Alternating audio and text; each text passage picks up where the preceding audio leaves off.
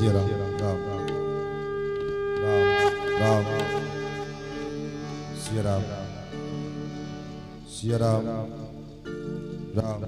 राम राम श्री राम हे रघुवर तेरी आरती गाऊं, हे रघुवर तेरी आरती गाऊं, प्यारे तुमको रिझाऊं, आरती गाऊं प्यारे तुमको रिझाऊं, हे रघुवर तेरी आरती गाऊं, हे रघुवर तेरी आरती गाऊं, हे राजा राम तेरी आरती गाऊं, तेरी आरती गाऊं, सिर पे रघुवर मुकुट विराजे, सिर पर रघुवर मुकुट विराजे, गलवई जंत्री माला साजे, गलवई जंत्री माला साजे, चरणों में तेरे हम फूल चढ़ाए, चरणों में तेरे हम फूल चढ़ाए,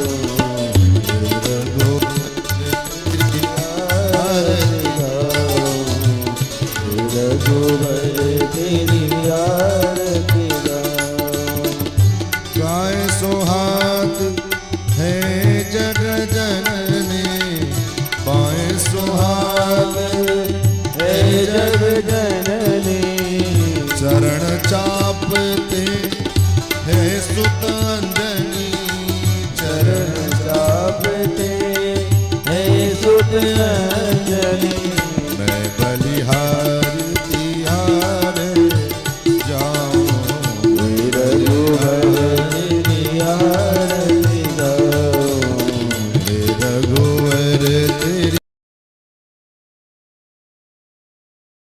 रघुवर तेरी आरती गाऊं, लखन लाल जी विराजे दाएं, लखन लाल जी विराजे दाएं, भरत शत्रुघ्न चवर डोलाए, भरत शत्रुघ्न चवर डोलाए, मैं सियावर तेरी दासी कहलाऊं, मैं सियावर तेरी दासी कहलाऊं, रघुवर तेरी आरती गाऊं, रघुवर तेरी आरती गाऊं, सभी जनों के आप ही रक्षक, सभी जनों के आप रक्षक,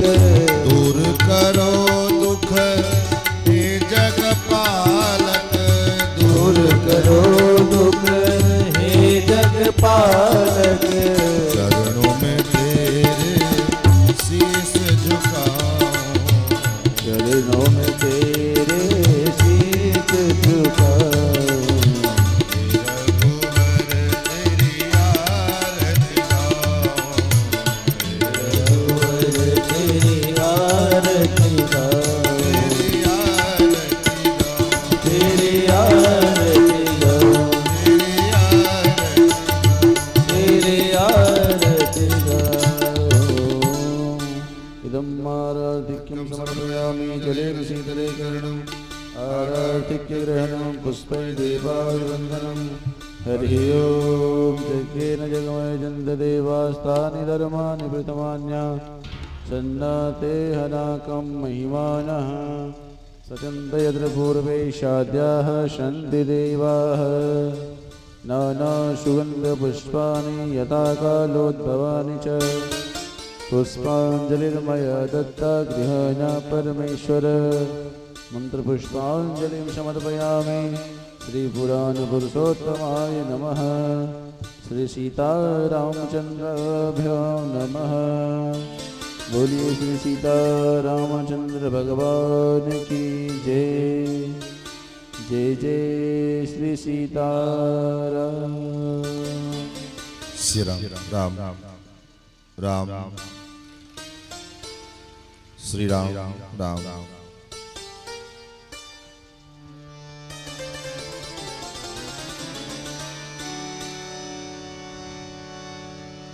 श्री सीता रामचंद्र भगवान की श्री अयोध्यानाथ भगवान की श्री राम कथा ज्ञान महायज्ञ की अनंत बलवंत श्री हनुमंत लाल जी महाराज की श्री वाल्मीकि जी महाराज की पूज्यपाद गोस्वामी श्री तुलसीदास जी महाराज की श्री भास्कर रामानुस्वामी जी महाराज की सब संतन की जय जय श्री सीताराम।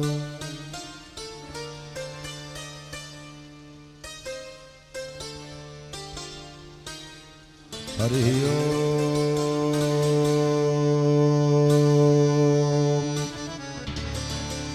तत्संजोड़ावृणीमहे गातुं यज्ञाय गातुं यज्ञपतये नमः। दैवी स्वस्तिरस्तु न स्वस्तिर्मानुषेभ्यः ऊर्ध्वं विगातु भेषजं सन्नो अस्मिद्विपदेशं चतुष्पदे सदसस्पतिमद्भुतं प्रियेमिन्द्रस्य काम्यम् सन्मेधामयाशिषं मेधां मे वरुणो ददातु मेधामिन्द्रश्च वायुश्च मेधां दाता ददातु मे। ऋक्यजुस्सामरूपाय वेदाहरणकर्मणे प्रणवोद्गीतवपुषे महाश्वशिरसे नमः। ज्ञानानन्दमयं देवं निर्मलस्फटिकाकृतिम् आधारं सर्वविद्यानां हयग्रीवमुपास्महे। रामं रामानुजं सीतां भरतं भरतानुजं सुग्रीवं वायुसूनुं च प्रणमामि पुनः पुनः। नमोऽस्तु रामाय सलक्ष्मणाय देवी च तस्यै जनकात्मजाय। नमोऽस्तु रुद्रेन्द्रयमानिलेभ्यो नमोऽस्तु चन्द्रार्कमरुद्गणेभ्यः। गोष्पदीकृतवालीशं मसकीकृतराक्षसं रामायण महामालां रत्नं वन्दे नीलात्मजम्। कूजन्तं राम रामेति मधुरं मधुराक्षरम् आरुह्य कविता शाखां वन्दे वाल्मीकिकोकिलम्। अञ्जनानन्दनं वीरं जानकीशोकनाशनं कपिशमक्षहन्तारं वन्दे लङ्काभयङ्करम्। वन्दे विदेहतनया पदपुण्डरीकं केशोरसौरभसमाहृतयोगिचित्तम्। हन्तुं त्रितापमनिशं मुनिहंसुसेव्यं सन्मान सार परिपीत पराग पुंजम दूर्वादलद्युति तणुं तरुणाब्जनेत्रं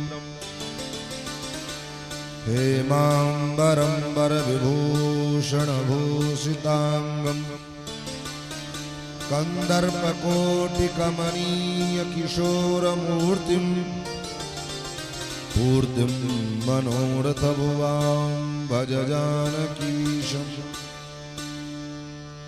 नीलाम्बुजश्यामलकोमलाङ्गं सीतासमारोपितवामभागं पाणौ महासायकचारुचापं नमामि रामं रघुवंशनाथम् लक्ष्मीनाथसमारम्भां नाथयामुनमध्यमाम् अस्मदाचार्यपर्यन्तां वन्दे गुरुपरम्पराम् यो नित्यमच्युतपदाम्बुजयुग्मरुक्म व्यामोहतस्तदितराणि तृणाय मेने अस्मद्गुरोर्भगवतोऽस्य दयैकसिन्धो रामानुजस्य चरणौ शरणं प्रपद्ये अस्मद्गुरुभ्यो नमः अस्मत्परमगुरुभ्यो नमः अस्मत्सर्वगुरुभ्यो नमः श्रीमते रामानुजाय नमः श्री सीताकान्तस्मरणं श्री राधाकान्तस्मरणं सन्तपूर्वाचार्या सहायाः संतपूर्वाचार्या सहायाः श्री सीतारामचंद्र भगवान की श्री अयोध्यानाथ भगवान की भगवान की पावन कथा सुधा का हम सभी लोग सबल लाभ प्राप्त करें। आइए मिलजुल कर मस्ती के साथ क्षण भगवान नाम संकीर्तन,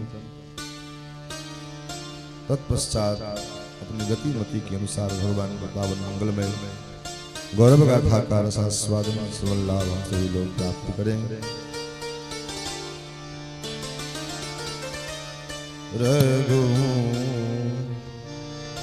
नंदन राजा राम हरे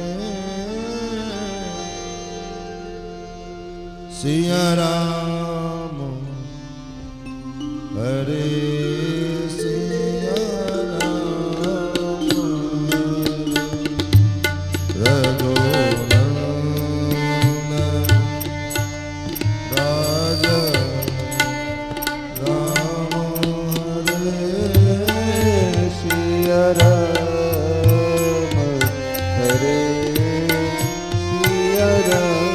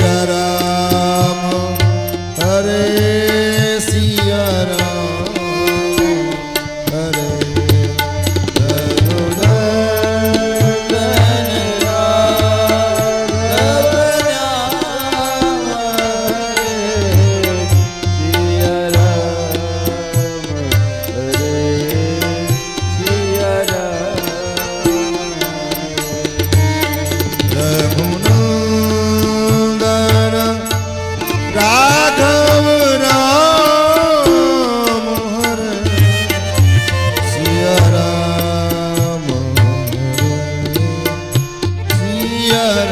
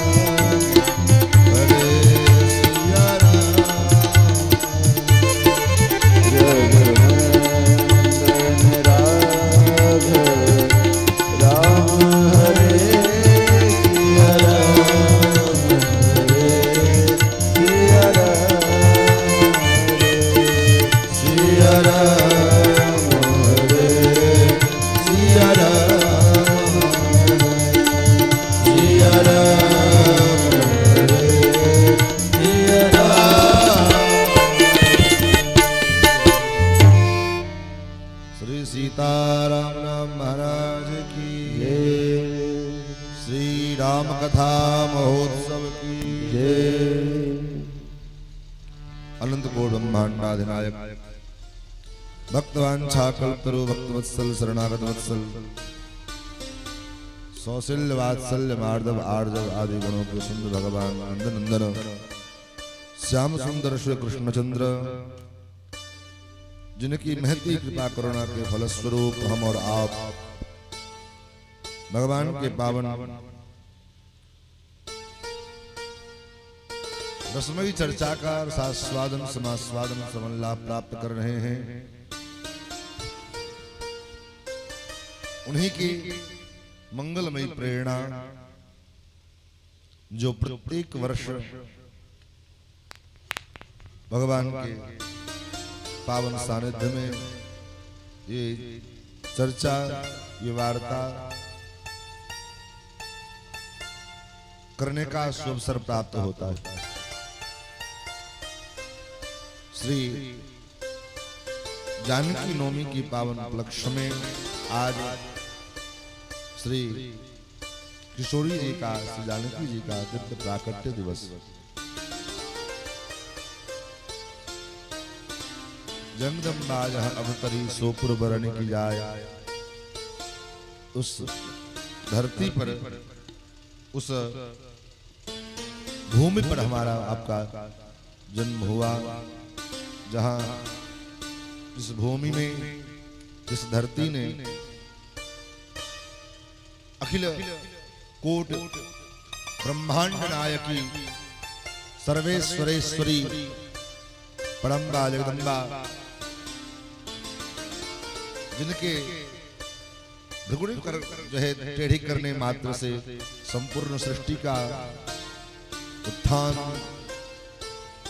उद्भव, पालन और संहार सुनिश्चित हो जाता है। ऐसे श्री किशोरी जी के इस प्राकट्य भूमि पर और प्राकट्य तिथि में हम उन्हीं के पावन गौरव गाथा का रसास्वादन श्रवण लाभ हम लोग कर रहे हैं। क्योंकि मैंने पूर्व ही निवेदन किया कि रामायण श्री किशोरी जी का पावन चरित्र, कृष्णम रामायणम काव्यम सीतायाश्चरितम महत्, श्री किशोरी जी का पावन चरित्र। तो महाराज हम लोग निश्चित रूप से बड़भागी हैं। भगवत कथा रस रसिक धर्मानुरागी सज्जन वृंद, भगवत प्रेम पद श्रद्धा वही माता जन, सुस्नेहिल बंधुजन एवं इस YouTube फेसबुक के माध्यम से इस कथा को श्रवण कर रहे सभी सुधी श्रोतागण, जब जीवन में भगवान की अतिशय कृपा प्राप्त होती है, तब जाकर के यह दिव्य सुंदर संयोग, यह दिव्य सुंदर सुअवसर हमें आपको प्राप्त करने का ये पावन संयोग बनता है। यही सर आवत अति कठिनाई। तो और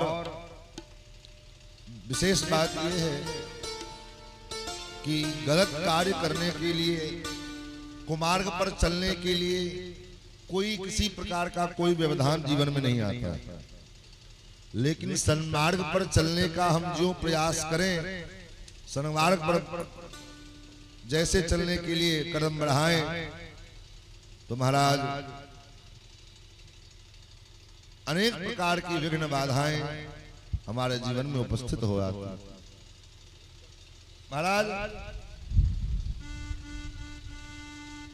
महाभारत में प्रसंग आता है, भगवान श्याम सुंदर श्री कृष्ण पांडवों की सभा में बैठे हैं, पांडवों के बीच बैठे हैं, और वहां पर में भगवान कहते हैं कि लक्ष्य विघ्ना हरे ध्यानम, भगवान का ध्यान करने के लिए बैठो तो 1,00,000 विघ्न उपस्थित होते हैं। लक्ष्य विघ्ना हरे ध्यानम, वैसे आपको कोई विघ्न नहीं आएंगे, और सोचो चलो कुछ देर बैठ करके भगवान का ध्यान कर लेते हैं, भगवान का स्मरण कर लेते हैं। जैसे बैठोगे तब तक महाराज अनेक प्रकार की विघ्न बाधाएं उपस्थित होने लग जाएंगे। तो 1,00,000 विघ्न भगवान के ध्यान करने के पर प्रकट होते हैं। और भगवान के मंदिर हम जाना चाहें, भगवान के मंदिर में जाने के लिए हम उद्यत हों, तो 50,000 विघ्न उपस्थित होते। तदर्थम हरि मंदिरे, और गंगा स्नान करने का मन बनाया, चलो गंगा नहा रहे, बहुत दिन हो गया गंगा नहीं आए, विचार किए कब चला जाए, क्या किया, चलने का समय आया तो कोई न कोई विघ्न उपस्थित हो। तदर्थम जाह्नवी स्नाने, 25,000 विघ्न गंगा स्नान में उपस्थित हो जाते हैं। और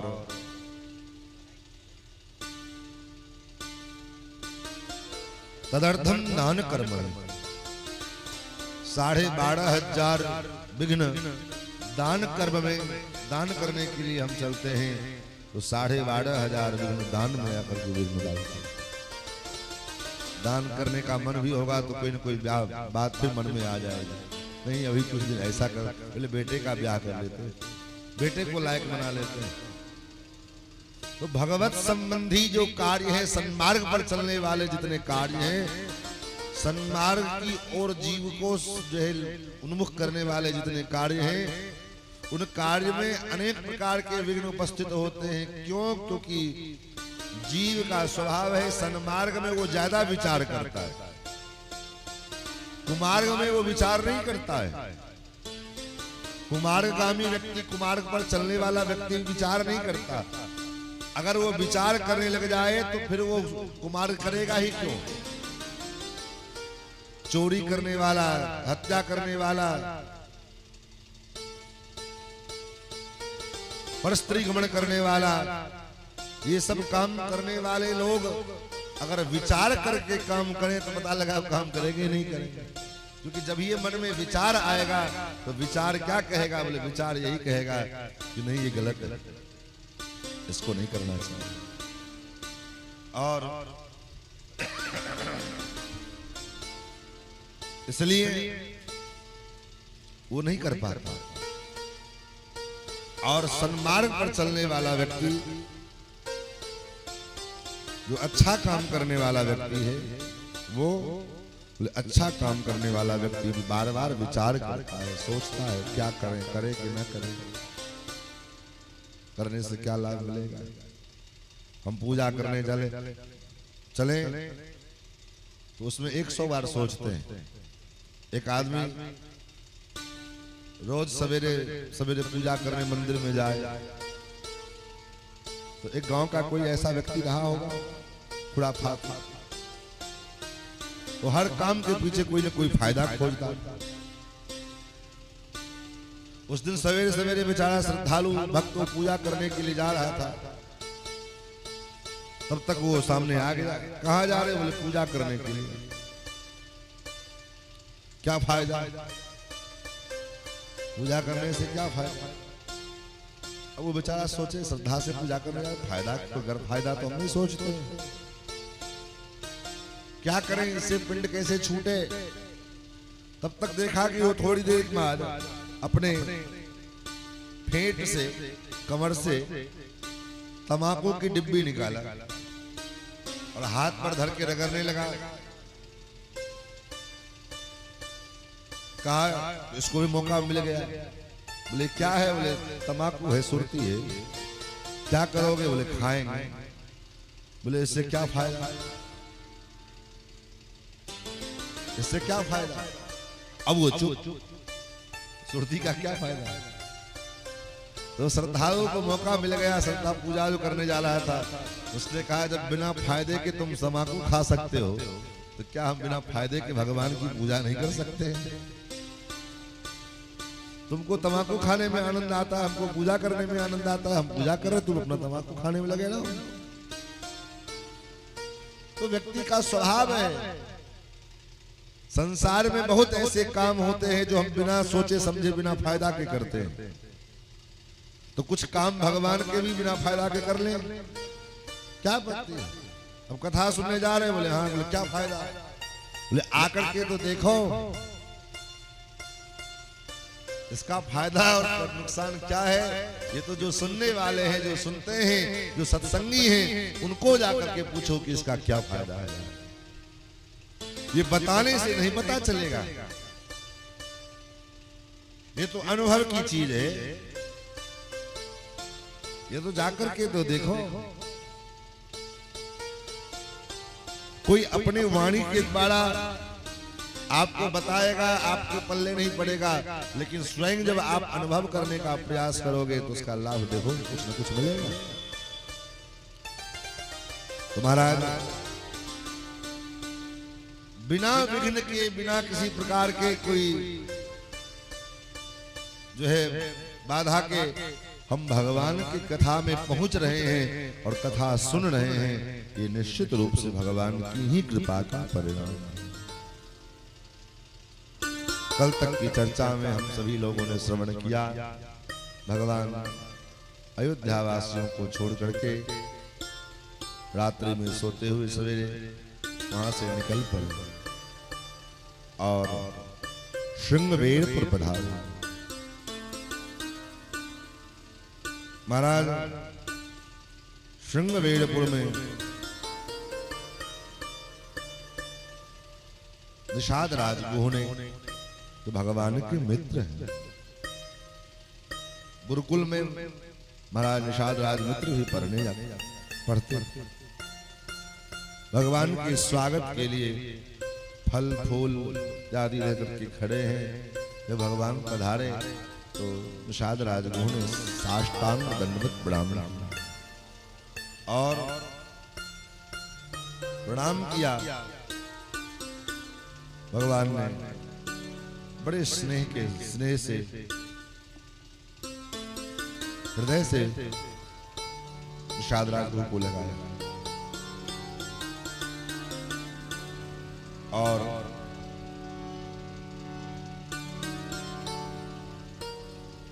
मित्र का मतलब क्या है? मित्र का मतलब मित्र वो है जो केवल खाने पीने में घूमने फिरने में हमारा साथ दे, वो मित्र है। जो गलत कार्य में लगावे वो हमारा मित्र है नहीं। मित्र तो वो है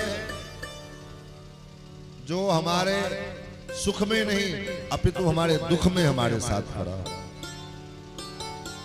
हमारे दुख को देख करके उसको ऐसा लगे कि हमारा अपना दुख है, उसका नाम मित्र है। और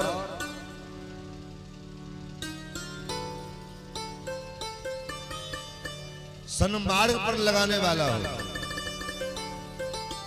मित्र वो नहीं है जो आपको गलत आचरण सिखाने के लिए प्रवृत्त करता हो। शराब पीने के लिए प्रवृत्त करे, चलो आज थोड़ा पी लेते हैं, नहीं। चलो थोड़ा आज होटल में वो आते हैं, नहीं। चलो थोड़ा, अरे चलो तो जीवन में क्या रखा है, मौज करो, क्या करना है। बोले वो आपका मित्र कदापि नहीं हो सकता है। मित्र तो हो, उसका मतलब वो हमारा मित्र नहीं, शत्रु है वो। मित्र कौन है? बोले मित्र तो जो सन्मार्ग पर लेकर के चले, भगवान के मार्ग पर, भक्ति के मार्ग पर, साधना के मार्ग पर में लेकर के चले। और हम अगर गलत मार्ग में पड़े हुए हैं, गलत संसर्ग में पड़े हुए हैं, तो उसको ठीक करने का प्रयास करे, उसका नाम मित्र है। महाराज निषाद राज गुह ने भगवान का भव्य दिव्य स्वागत किया और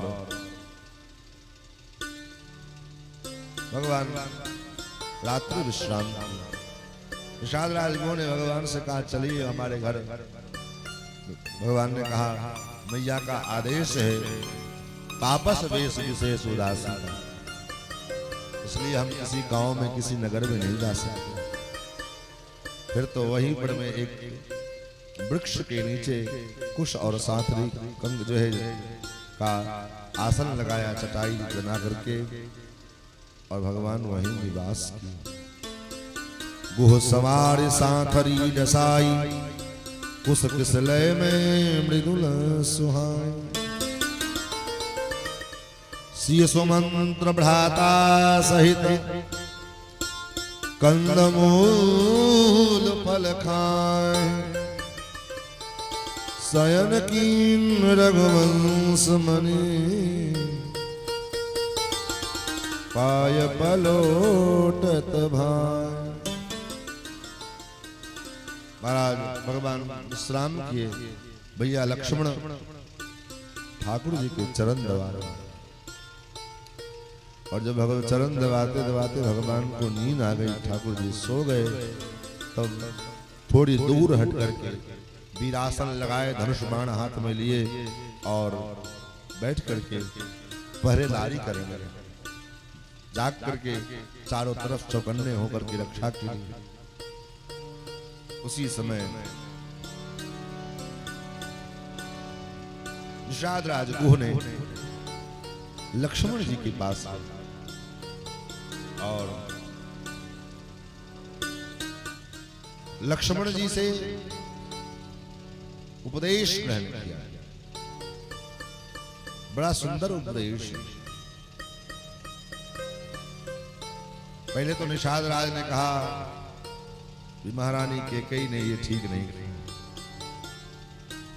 भूपति भवन सुभाए सुहावा, सुरपति सदन पट तर पावा, मणि में रचित चार चौबारे, जनु रतिपति निज हाथ सवारे। विविध बसन उपधान तुराई, अनेक प्रकार के उपभोग के सामग्रियां और सब कुछ, लेकिन तेस ये राम साथरी सोए, ऐसे श्री सीताराम जी कुश के चटाई पर तथा साथरी पर सो रहे हैं। ये क्या है?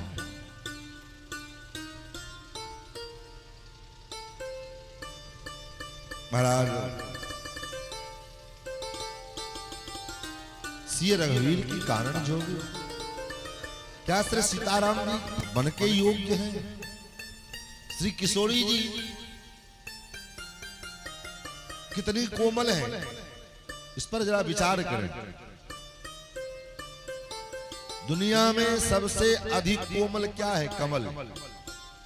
दुनिया में सर्वाधिक कोमल क्या है? कमल। और कमल से भी अत्यंत कोमल कौन? कमला। क्योंकि कमल से भी कोमल है, तभी तो कमल के आसन पर विराजमान है। कमल से कोमल ना होते तो कमल के आसन पर विराजमान कैसे होते? तो दुनिया में सबसे अधिक अत्यधिक कोमल कमल, और कमल से भी अत्यधिक कोमल कमला। ऐसी कमला, ऐसी लक्ष्मी, ऐसे श्री किशोरी जी क्या बन के योग्य? और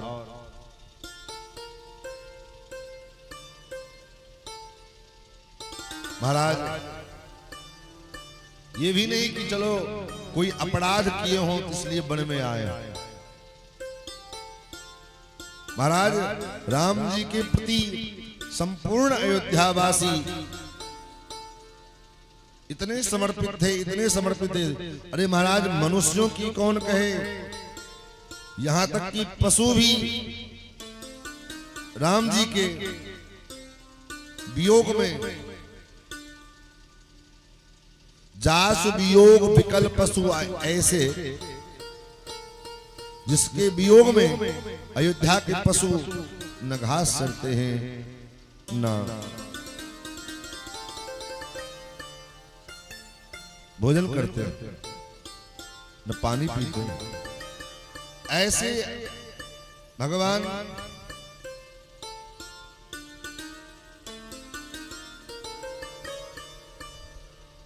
और ऐसे परमात्मा जो जिस परमात्मा के लिए, जिस भगवान राम जी के लिए मैया केकई ने भी कहा तुम अपराध योग नहीं ताता, और ऐसे परमात्मा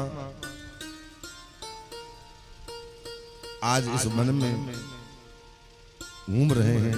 वन में मतलब जो है कुश और कंटक के आसन पर सो रहे हैं। ये क्या है? श्री रघुवीर की कानन जोगु,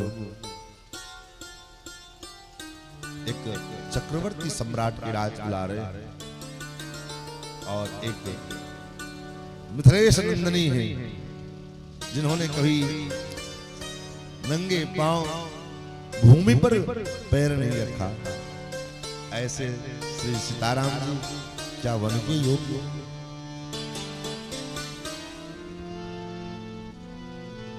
विधि ना तेरे लेख किसी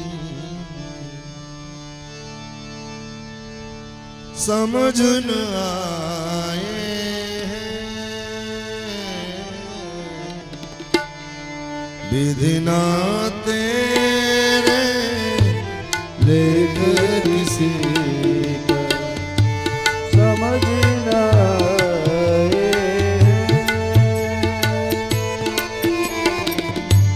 विधि ना तेरे लेख किसी समझ न आए,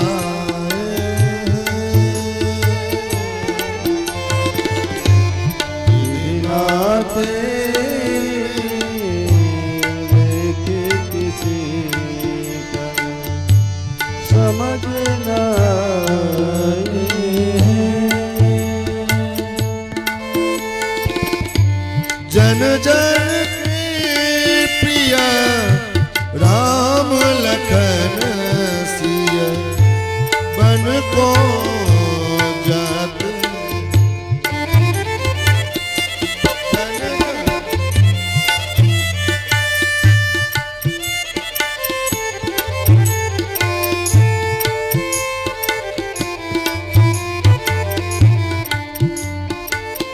विधिना तेरे लेख किसी समझ न आए।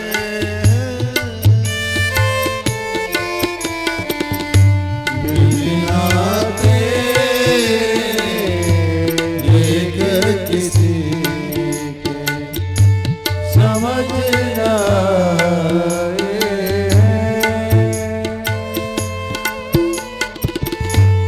एक राजा के राज दुलारे, एक राजा के राज दुलारे, वन वन पीरते मारे मारे।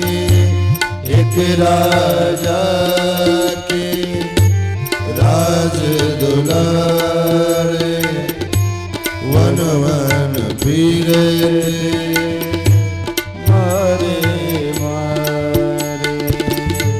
भूनी होकर रहे कर्म गति, डरे न काहू के टार। भूनी होकर रहे कर्म गति, डरे न खाओ के तारे।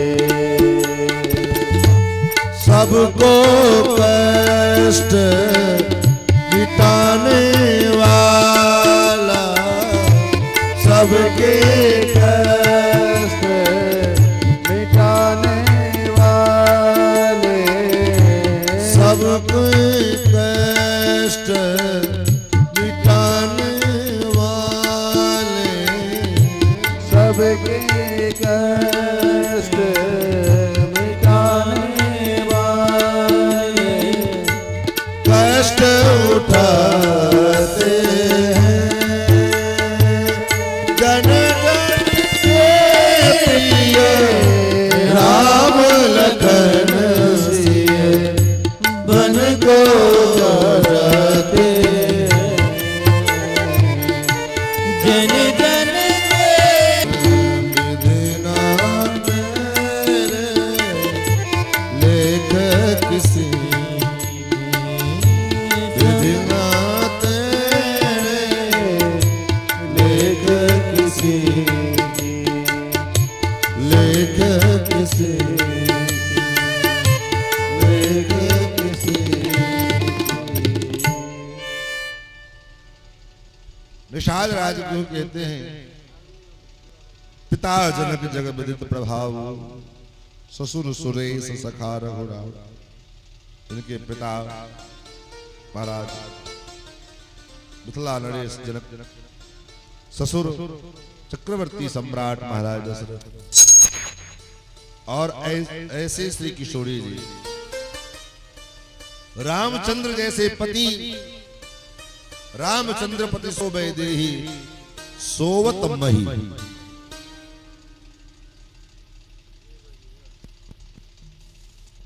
रामचंद्र जैसे पति और महाराज ऐसी सियाजो धरती पर सो रहे।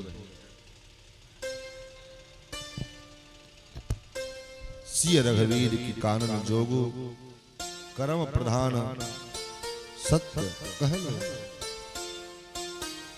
कर्म प्रधान है ऐसा जो कहते हैं कोई गलत नहीं कहते।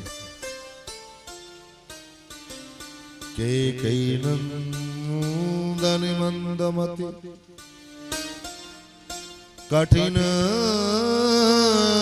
कुटिलपन की जय रघुनंदन जानकी सुख अवसर के कहीं नहीं, ये ठीक नहीं।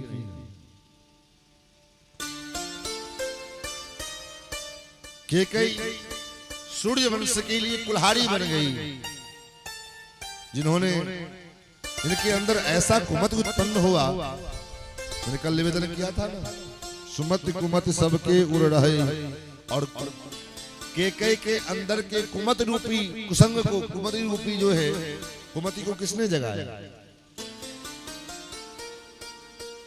हमारे आपके भीतर कुमति और सुमति दोनों विद्यमान हैं। सत्संग प्राप्त करके सुमति जाग जाते हैं और कुसंग प्राप्त करके कुमति जागृत हो जाती है। केकई के अंदर सुमति भी कुमति भी है, लेकिन मंथरा रूपी कुसंग को प्राप्त करके, मंथरा के कुसंग को प्राप्त करके केकई के अंदर की कुमति जागृत हो गई। और जिन्होंने यहां पर मैं इसलिए निषाद राज को कहते हैं कि केकई रूपी जो कुमति, जिस कुमति के कारण केकई ने सुख के अवसर में राम जी को, श्री जानकी जी को दुख दे दिया। किन कुमत कीन सब विश्व दुखारी, भयों विषाद विषाद निषाद भारी, राम सीय मही शयन निहारी। श्री सीताराम जी को भूमि पर शयन किया हुआ देख विषाद के मन में बड़ा भारी विषाद। अब आप विचार करें, ये विषाद उत्पन्न हुआ किसके सामने? लक्ष्मण जी के सामने। और लक्ष्मण जी कौन हैं? वे लक्ष्मण जी हैं जीवाचार्य। और लक्ष्मण जी ने बड़े मधुर भाव से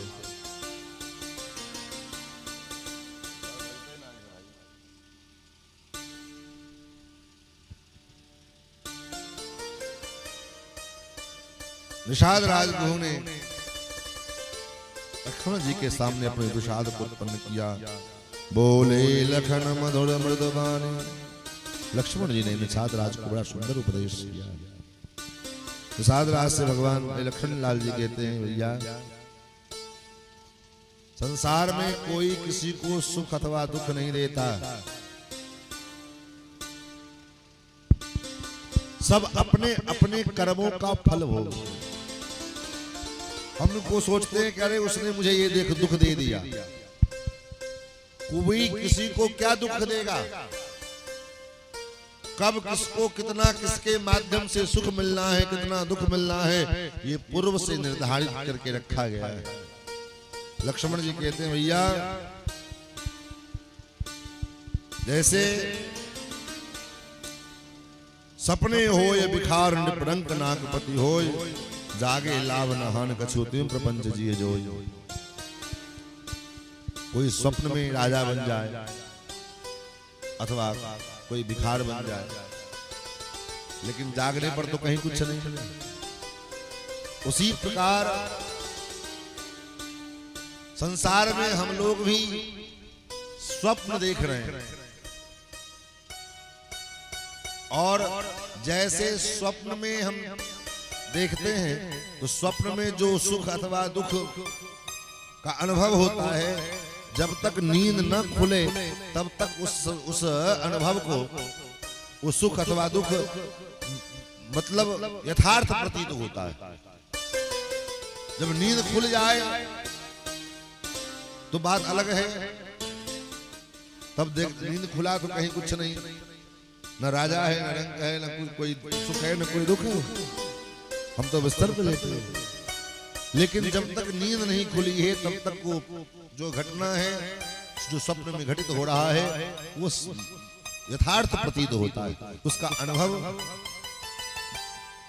मालूम होता है। लक्ष्मण जी ने बड़ा सुंदर उपदेश किया। उसके बाद आगे भगवान स्नान, सवेरा हुआ, स्नान किए, बरगद के दूध का मंगाया, जटा बनाई, जटा बनाने लगे। ये दृश्य देखकर सुमंत्र जी का हृदय भर आया और सुमंत्र जी ने हाथ जोड़ करके कहा, हे राम, जब आप वन को चलने लगे थे तो महाराज का ये आदेश हुआ था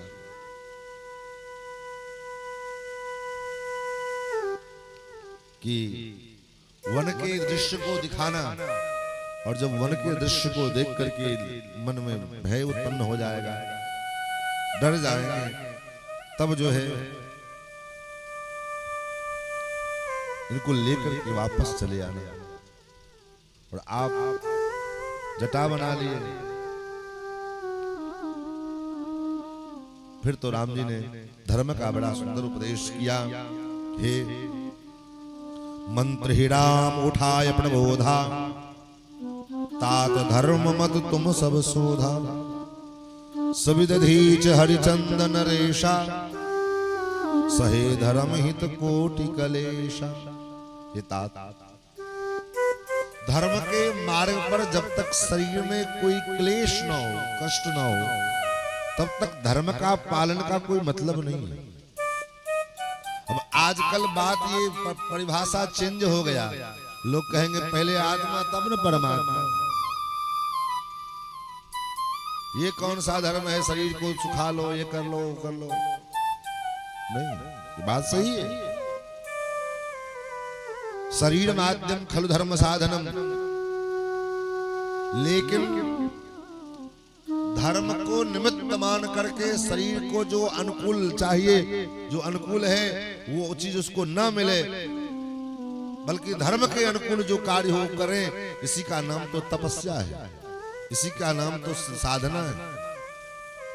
ठंडी में 3 बजे 4 बजे उठने का मन नहीं करता है, लेकिन 4 बजे उठ करके स्नान करके और माला लेकर के साधना करे, ध्यान करे, भजन करे, उसी का नाम तप है। भगवान के मंदिर में शिला वस्त्र पहन करके नहीं जाना है। अब ठंडी का महीना चल रहा है, साल ओढ़ करके किसी प्रकार लपेट सपेट करके और पूजा कर रहे हैं, ठंडी लग रही है, लेकिन धर्म ये कहता है कि मंदिर में शिला वस्त्र पहन करके न जाए। तो धर्म का पालन, तो धर्म के पालन में जो शरीर को अनुकूल हो, उस अनुकूलता का त्याग करना ही तप है। काया क्लेशो ही तपः। भूख लगी है, लेकिन घर में भोजन की व्यवस्था है, ऐसी बात नहीं है। भूख लगी है, लेकिन हम भोजन नहीं कर रहे हैं, उसका त्याग कर दिए। क्यों? बोले आज हमारा व्रत है, आज हम कुछ नहीं खाएंगे, आज व्रत कर रहे हैं। तो वो जो व्रत है वही तो साधना है, वही तो तप है। हाँ, ये बात अलग है। अभाव के नाम पर में हम व्रत कर लें, कुछ नहीं घर में खाने को है तो चलो क्या करें, तो व्रत ही कर लेते हैं मजबूरी में। फल तब भी मिलेगा, साधना का पुण्य तभी मिलेगा, लेकिन वो मजबूरी में किया गया साधना। भगवान कहते हैं, हे तात, धर्म के पालन के लिए जो है इन महात्माओं ने, इन राजाओं ने कितना कष्ट सहन किया। शिवदधीच हरिचंदन रेसा, सहे धर्म हित कोट कलेसा। और धर्म क्या है? धर्म न दूसर सत्य समान। धर्म सत्य से बढ़कर के कोई धर्म नहीं। और महाराज का जो सत्य प्रण है, जो वचन है, वह भंग हो जाएगा अगर मेरे जाने से, तो उनको क्या अधर्म नहीं होगा। तो धर्म के पालन के लिए कुछ न कुछ तो अपजस हो, कष्ट होगा। इसलिए आप चिंता मत करें, आप पधारें। और भगवान फिर बहुत बात हुई, अब क्या कहें। कितना प्रत्येक पंक्ति बाय पंक्ति अर्थ करना, ये तो महीने मास पारायण हो, एक महीने की कथा हो तभी संभव हो सकता है। इसलिए तो मानस में मास पारायण की भी विधि, एक महीने की कथा। महाराज आगे भगवान चले और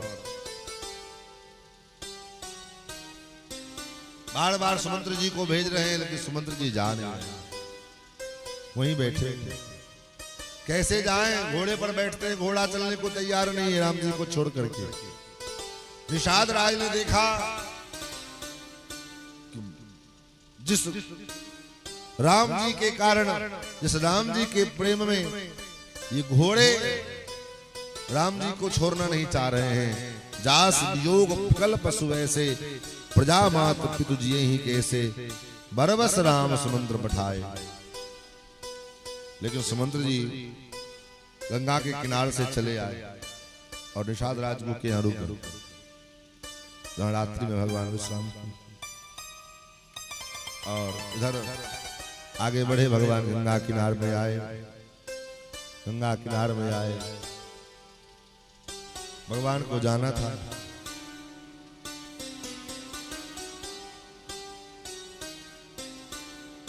तो गंगा किनारे में आए और केवट से भगवान ने नाव मांगी।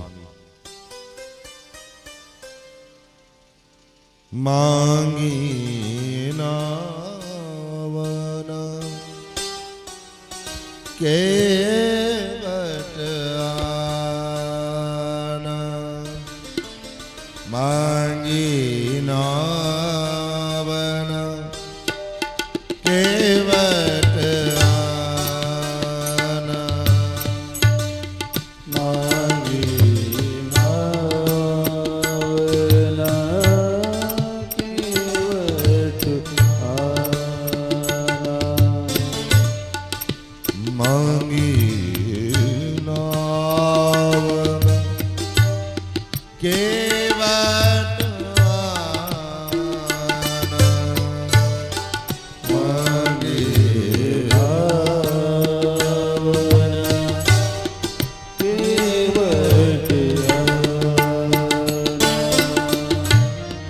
कहे तुम्हारा मरम में जाना,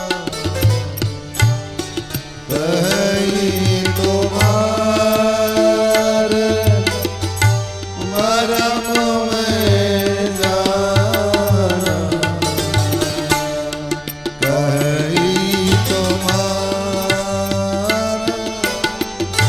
तुम्हारा मरम में जाना, कहीं तुम्हारे मरम में जाना, मांगी नावना केवट आना, मांगी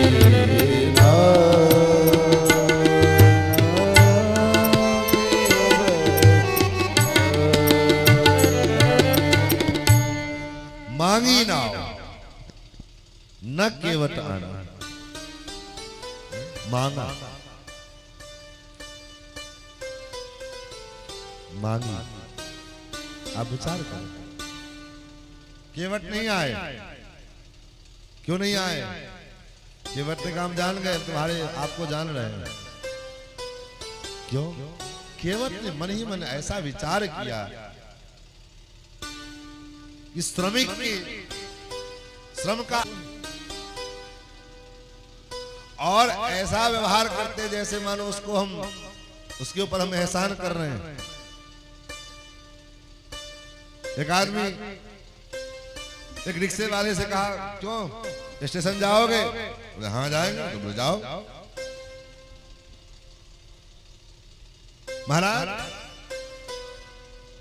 श्रमिक की श्रम की ऐसा मूल्यांकन जिसके मन में हो, वो कोई नर नहीं हो, कोई नारायण ही हो सकता है। मांगी नाव। भगवान मांग रहे हैं, भैया केवट नाव दोगे, नाव लेकर चलोगे, पार करोगे उस पार? भैया मांगा, आदेश नहीं दिया। और केवट गाना न आना। तो आप सोचो, आज का अगर कोई व्यक्ति होता है, हमको मना कर रहे हो, जानते हो हम कौन है? रास्ता चलना बंद करवा देंगे, इस रास्ते से तुम्हारा गाड़ी इधर उधर नहीं जाएगा। हाँ? हमको मना कर रहे हो? जैसे लगता हो प्रधानमंत्री हो, मुख्यमंत्री हो। लेकिन यहां चक्रवर्ती सम्राट के पुत्र हैं। अच्छा, मन में हीन भावना भी नहीं है। ऐसा नहीं है कि राम जी के मन में ये भावना आया हो कि देखो क्या दिन आ गए हमको देखने के लिए। कितने रथ नौकर चाकर आगे पीछे लगे रहते थे, आज एक तो नाव वाले को मांग रहे हैं तो नाव वाला सीधे मना कर रहा है। ऐसा भी कुछ नहीं। मांगी नाव न केवट आना, कहें तुम्हार मरम में जाना। मैं आपका मरम जान गया। बड़े बड़े ज्ञानी ध्यानी मुनि महात्मा लोग नहीं जान पाए, और केवट कह रहा है मैं आपका मरम जान गया। लक्ष्मण हूं यह मरम न जाना, जो कछ चरित रचा भगवान। लक्ष्मण जी बगल में दिन रात साथ में रहते, वो मरम नहीं जान पाते कभी कभी भगवान का। और केवट कह रहा है मैं आपका मरम जान गया। क्या मरम जान गए? बोले आप नर नहीं, आप नारायण।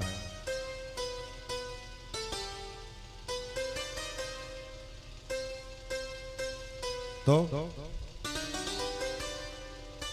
ये तो ऐसे हुआ। एक बार एक गणित के शिक्षक ने, मास्टर ने एक विद्यार्थी से पूछा, थोड़े एक गणित का सवाल बताओ। बोले क्या? बोले अगर हम तुम्हारे पिताजी को 5,000 रुपया दें 2% के ब्याज पर,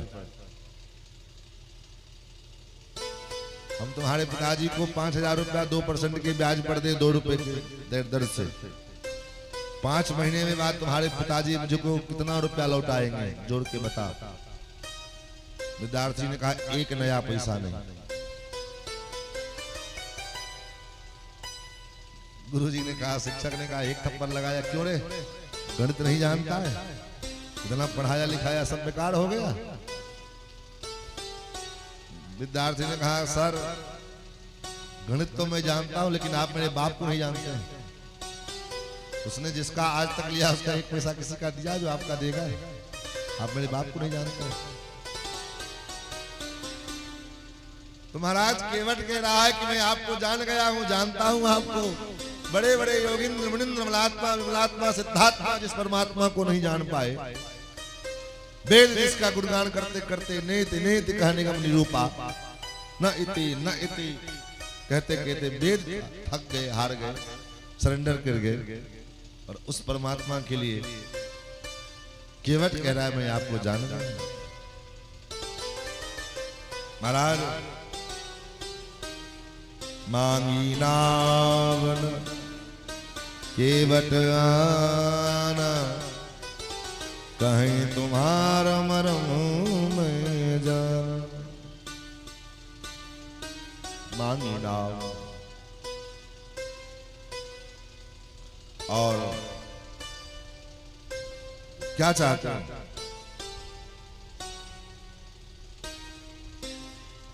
महाराज मैंने सुना है आपके चरण कमल की कुछ विशेषता है।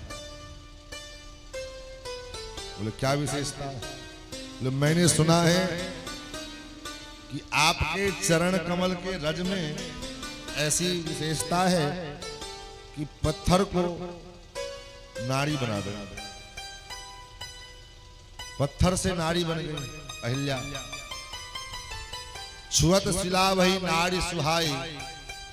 प्रभु जब पत्थर नारी बन सकती है तो ये तो पाहन नाव जो है काठ की है, लकड़ी की है, और वो भी लकड़ी की कैसी, बोले दिन रात पानी में रहते।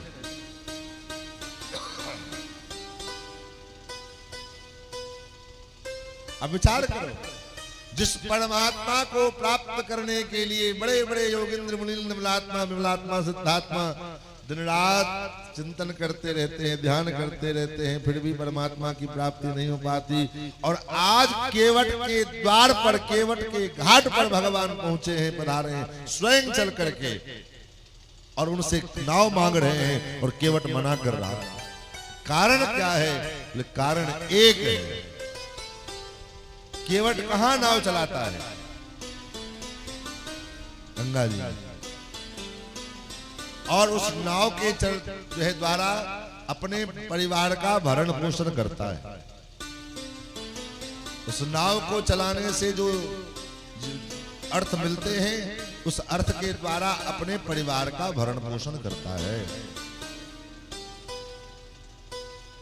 नाव चलाता है केवट गंगा जी में। नाव की विशेषता होती है, क्या विशेषता? नाव जल में रहता है, नाव जल में रहता है, लेकिन नाव में जल नहीं रहता है। क्या? नाव जल में रहता है, लेकिन नाव में जल नहीं रहता। अगर नाव में जल आ जाए तो क्या होगा? नाव में अगर जल आ जाए तो नाव डूब जाएगा। उसी प्रकार मानो संकेत कितना सुंदर है। जो संकेत यही है कि गंगा जी क्या है? राम भगति जहां सुरसरी धारा। गंगा जी माने भक्ति, गंगा की धारा मानो भक्ति है। भक्ति के मार्ग में हम लगे रहें और भक्ति में रह करके, भक्ति के मार्ग में लग करके अपने परिवार का, अपने जो है परिजन पुरजन का पालन पोषण करते रहें। लेकिन कैसे? जैसे नाव में, जल में नाव रहती है, नाव में जल नहीं रहता, उसी प्रकार इस संसार रूपी सागर में हम रहें। लेकिन कैसे? बोले संसार का भरण पोषण करें, संसार के सभी व्यवहार को फॉलो करें, पालन करें। लेकिन किस प्रकार? बोले नाव जल में, नाव की भांति। नाव जल में रहती है लेकिन नाव में जल नहीं आता। उसी प्रकार हम संसार में रहें, लेकिन संसार हमारे अंदर न आए। हम संसार में रहें, संसार हमारे भीतर न आवे। अगर संसार में रह करके, संसार से परे होकर के और संसार के सारे व्यवहारों का पालन करते हुए हम भक्ति का मार्ग, भक्ति मार्ग में लगे हुए हैं, तो भगवान को ढूंढने के लिए कहीं जाने की जरूरत नहीं है। भगवान स्वतः हमारे द्वार पर में, हमारे घर पर चले आए। भगवान को प्राप्त करने के लिए कहीं जाने की जरूरत नहीं है। भगवान स्वतः हमारे द्वार पर आए। उसी प्रकार जैसे केवट के द्वार पर आए, और केवट कह रहा मैं नहीं दूंगा। महाराज, मैंने सुना है कि आपके चरणों से, चरणों के छू जाने से पत्थर नाड़ी बन जाती है। मेरा नाव तो फिर भी लकड़ी की है, पाहन तेन काठ कठिनाई। इसको नाड़ी बनने में कितना देर लगेगा? और महाराज, अगर ये नाड़ी बन गई तो मेरा क्या होगा? कवितावली में गोस्वामी जी महाराज केवट के भाव का वर्णन करते हैं। कवितावली में गोस्वामी जी कहते हैं कि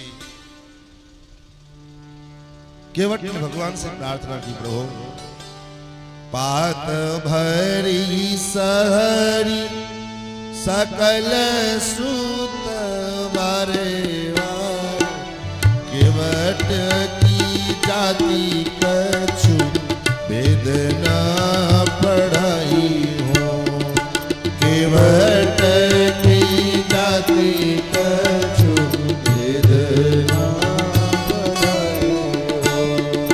सब परिवार मेरो, सब परिवार मेरो यही लागी राजा जो दीन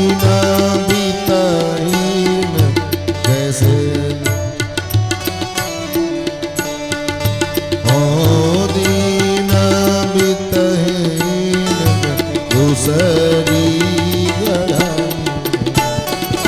गौतम की धरणी तरणी तर गो मेरी प्रभु सोनी साध होई के बादी ना बढ़ाई हो तुलसी के ईस राम रावरो सो साची कहे तुलसी के ईस राम रावरी सो साचो बिना पग धोए नाथ वना चढ़ाई बिना पग धोए नाथ रावना चढ़ाई बिना पग धोए नाथ रावना चढ़ाई। केवट की जाति हूं महाराज।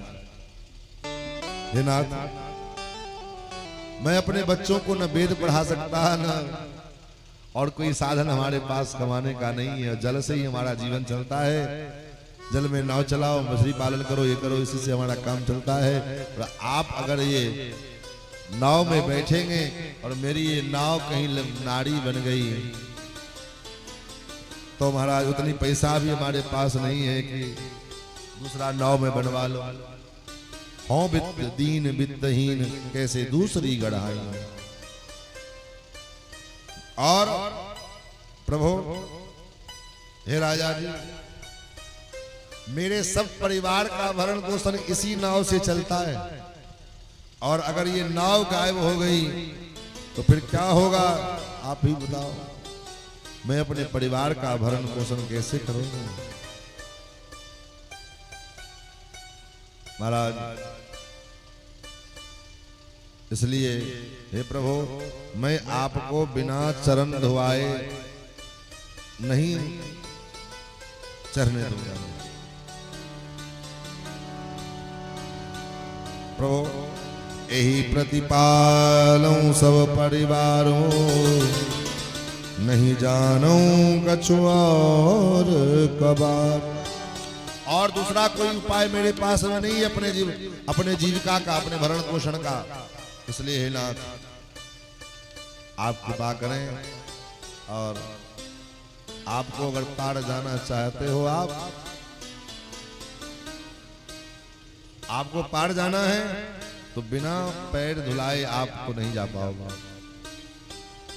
और वैसे भी आपको जाना है उस पार तो पैर हमको कहो कि मेरा पैर धुलो, मैं आपका पैर धुलूंगा, तब आप नाव में बैठोगे। जो प्रभु पार अवश्य का चाहूं, मोहि पद पदुम पखारण कहूं। आपको उस पार जाना है तो कहो कि मेरे पैर पखार लो, मेरे चरण पखार लो, और जब मैं चरण पखारूंगा तब आपको नाव में बैठने दूंगा। लक्ष्मण जी को बड़ा क्रोध आ रहा है। लक्ष्मण जी को बड़ा क्रोध आ रहा है। देखो ये इतने देर से हमारे राम जी को रोके रखा है। पद कमल धोई चढ़ाई नावद नाथ उतराई। पद कमल धोई चढ़ाई नावद नाथ उतराई। मोहि राम राउरियान दशरथ सपत सब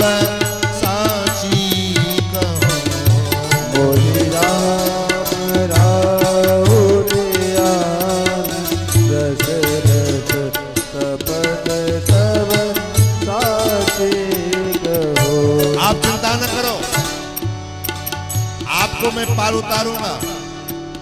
और आप ये मत सोचना, संकोच में मत रहना। आप चरण धुआ लो, मैं आपसे उतराई नहीं लूंगा, इतना मैं करूंगा। आपसे उतराई, उस पार जाने की उतराई नहीं लूंगा।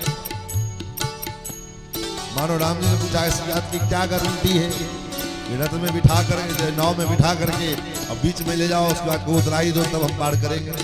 न तब तो हम इधर के रहे न उधर के रहे। तो केवट कहता है चिंता मत करिए, मुहि राम राउर आन, आपकी शपथ और दशरथ शपथ, आपके पिताजी की आन। पिताजी तक पहुंच गई बात। लक्ष्मण जी से कहा अब तक तो हम लोग तक सीमित है, हमारे बाप तक पहुंच गए। क्रोध आया, लक्ष्मण जी के हाथ तरकस और धनुष की तरफ बढ़ने लगे। तो केवट ने कहा बरु तीर मारो लखनऊ पे, जब लगी न पाय पखारी हो।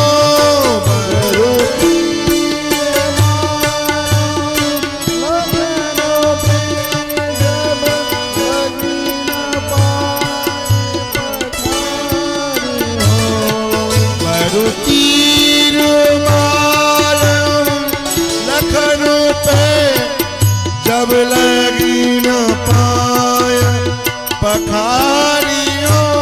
मरु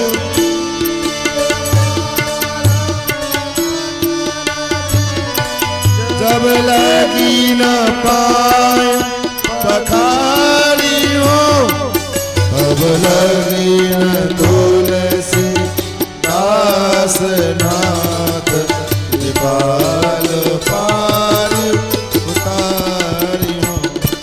जब लगी न तुलसी दास नाथ, कृपाल पार उतारियों।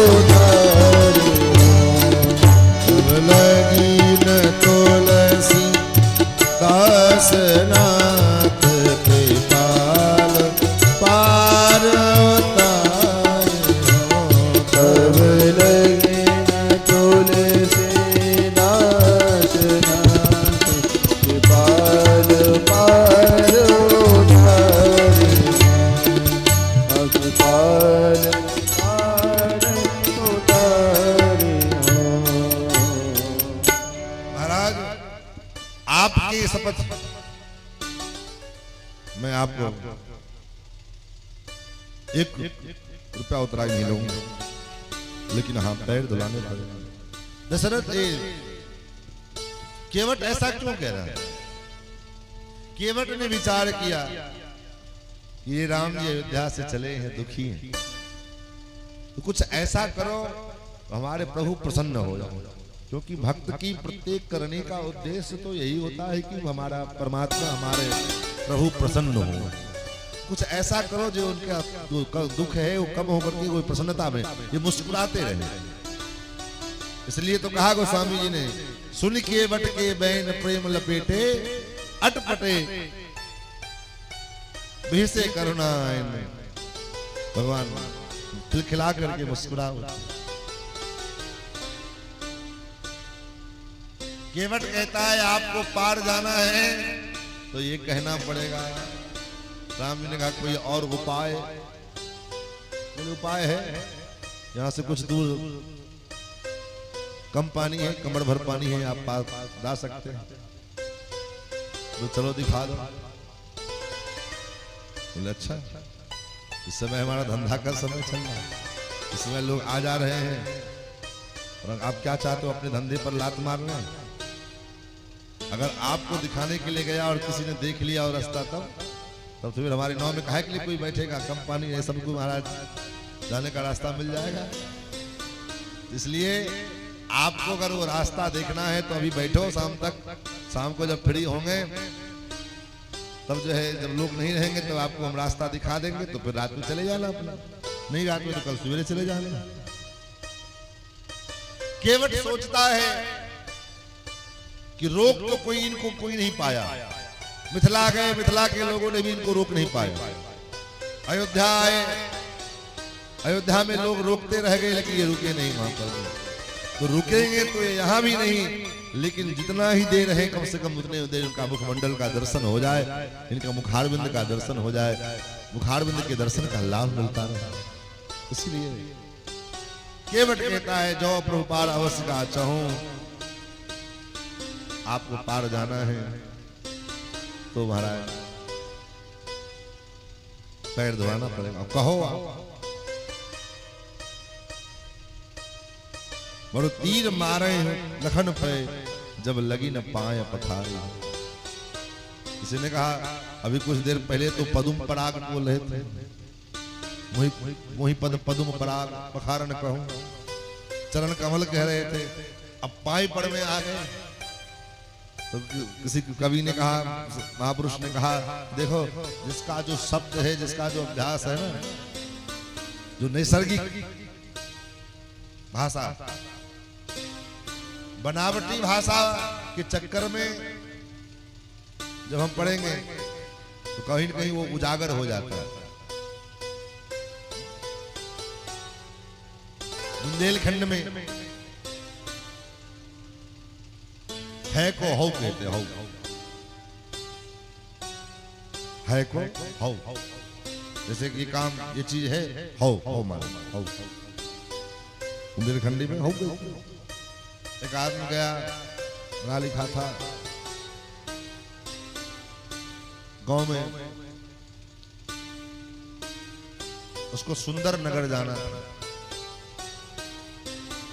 तो गांव में कुछ लोग खड़े थे, उसने पूछा महाराज क्या ये सुंदर नगर है? लोगों ने कहा हाउ। अब वो कंफ्यूजन में पड़े, हाउ या हाउ कोई गांव का नाम होगा। फिर आगे गया, दूसरे व्यक्ति से कहा महाराज क्या ये सुंदर नगर है? उसने भी कहा हाउ। उसके पल्ले में कुछ पड़े, समझ में नहीं आवे क्या है। तो एक आदमी दिखाई दिया जो कुछ पढ़ा लिखा लग रहा था। उसके पास गया, उसने उससे पूछा क्या भैया ये सुंदर नगर है? उसने कहा जी हाँ। अच्छा, अब भरोसा हुआ, सुंदर नगर है। अच्छा, यहाँ सब इसको हाउ हाउ काहे के लिए कह रहे थे? How how. बोले जो गांव के लोग हैं, देहाती लोग हैं, कम पढ़े लिखे लोग हैं, तो अपनी भाषा में हाउ हाउ कहते हैं।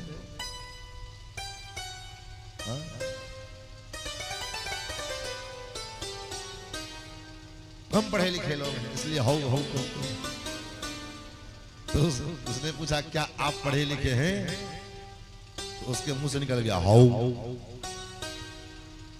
हाउ। मतलब जो नैसर्गिक नेचुरल हमारी भाषा है, जो व्यवहार में हम दिन रात प्रयोग करते हैं, उसका अगर हम तैयार करके और लोगों के सामने जो है प्रस्तुत करने के लिए, लोगों के सामने दिखाने के लिए, अपनी कमजोरी छिपाने के लिए, एक बार जो है एक व्यक्ति का विवाह हुआ, लेबर दिल्ली में किसी शहर में नगर में लेबर का मजदूर का काम करता था, उसका ब्याह हुआ, गांव में विवाह हुआ। गांव की वज्र देहाती कन्या, पढ़ी लिखी नहीं थी, बड़ी सीधी सादी, बहुत सीधी। ब्याह हुआ, ब्याह होते ही उसको ले गया शहर में लेकर के गया और कहा देखो यहाँ के तौर तरीके थोड़ा अलग हैं, गांव के रहने के तौर तरीके कुछ अलग हैं। आज शाम को हमारे कंपनी में पार्टी है, सो उस पार्टी में सारे जितने मजदूर हैं सबके परिवार के लोग आएंगे, पत्नी आएंगे, बच्चे आएंगे, सब आएंगे, तो तुमको भी चलना है। तो पत्नी तो बेचारी सीधी सादी थी, सो बोली महाराज वहां जाएंगे तो कहा ऐसे कपड़े पहन लेना, ऐसे मेकअप कर लेना, और सबसे पहले जब वहां जाओगी तो वहां पर जाने पर में एक दूसरे का परिचय पात्र होता है पार्टी उसमें, बोले तो उसमें क्या होगा? बोले तुमको लोग अपना परिचय देने के लिए कहेंगे, तुम भी किसी से परिचय लोगे, तो जब तुमसे परिचय के लिए पूछेंगे कहेंगे तो ये मत कह देना कि ये हमारे घर वाला है। बहुत से शहर में गांव की जो कम पढ़ी लिखी माताएं होती हैं, आधा हिंदी आधा मैथिली फेंट करके उसी में मैथिली भी घुसाएंगे, उसी में अपना जो हिंदी भी घुसाएंगे।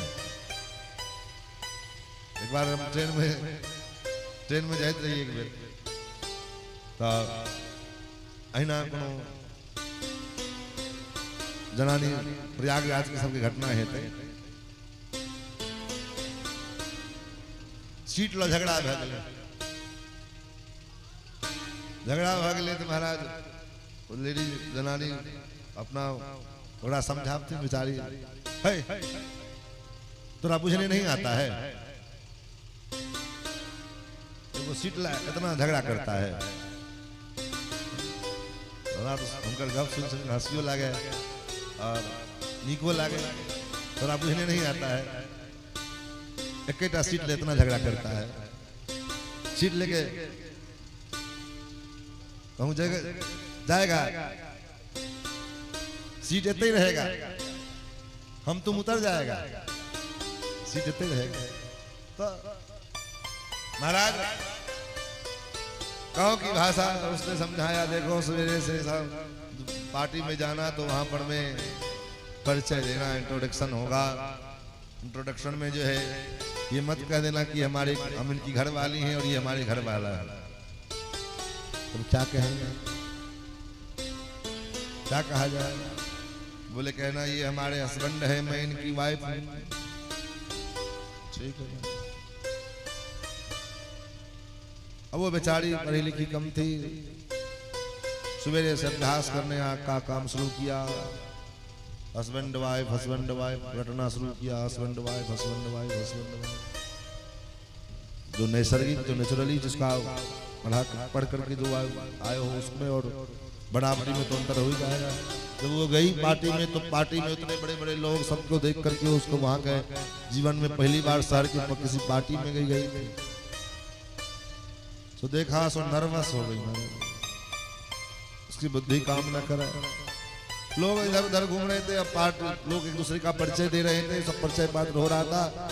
इसको भी लोगों ने पूछा, भैया तुम अपनी पत्नी से मिलवाओ, पत्नी के पास गए, लेकर के गए, मिलवाया। देव लोगों ने कहा ये कौन है आप इनके, ये आपके कौन लगते हैं? तो बेचारी जो याद करके दिन भर आई थी सो भूल गई, दिन भर याद करके आई थी सो भूल गई। सो कहना था हस्बैंड और वाइफ, सो भूल गई। उसने कहा ये हमारे हैंडपंप है, मैं इनकी पाइप, ये हमारे। तो कहने का भाव जो रोज का भाषा है, रोज जो जिस शब्द का जिस भाषा का हम प्रयोग करते हैं वो कहीं न कहीं हमारे जीवन में उसको अगर हम दूर करना चाहें तो दूर नहीं हो पाता, वो कहीं न कहीं आ जाता है।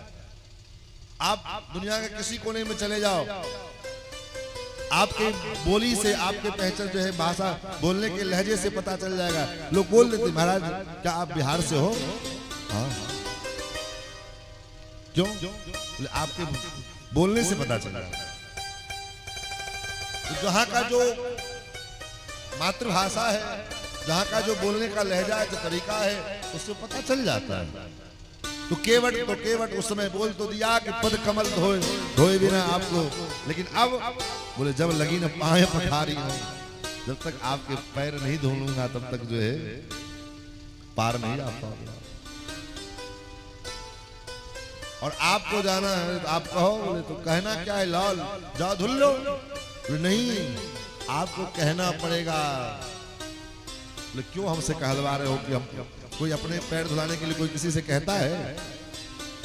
और कोई कितना भी बड़ा महात्मा हो, कोई कितना भी बड़ा धर्माचार्य हो, कोई आकर के प्रणाम कर ले, बात अलग है। अब मान लो हम यहाँ से नीचे उतर जाए, कहें आओ सब हमारा प्रणाम, तुमको प्रणाम करो, ये शिष्टाचार है?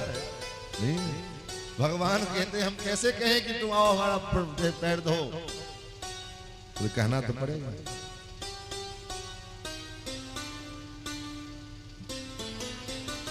भगवान ने लक्ष्मण जी से कहा, लक्ष्मण देख रहे हो, ये मेरे भक्त है, मैं जो कह रहा हूं उसे सुन नहीं रहा है। लक्ष्मण जी ने कहा कि इसमें इसका दोष नहीं है। बोले आपके भक्त ऐसे होवे करते हैं, जितने भक्त होते हैं सब आपके ऐसे होते हैं, आप ही की बात आप ही नहीं सुनते हैं। भक्त आपके हैं लेकिन आप ही की बात नहीं सुनते हैं। बोले और कौन भक्त हुए ऐसे? बोले सुमंत जी। एक भक्त सुमंत जी हुए। सुमंत जी को आप कह रहे हो जाओ जाओ, तो जाने को तैयार नहीं। इसको कह रहे हो पार कराओ, तो पार कराने को तैयार नहीं। भगवान को भी मौका मिल गया।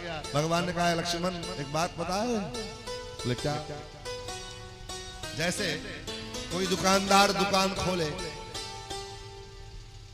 कोई दुकानदार दुकान खोले और सवेरे सवेरे पहली ग्राहक आए, उधारी मांग लेके चले जाए। उधारी मांगने के लिए बोहनी नहीं वो आवे, उधारी मांगने आ गया। दुकानदार समझता है आज लगता है गड़बड़, आज लगता है दिन भर उधारी चलेगा। तो जिसकी बोहिनी गड़बड़ हो जाए तो उसका तो पूरा यात्रा जो है। क्या हुआ?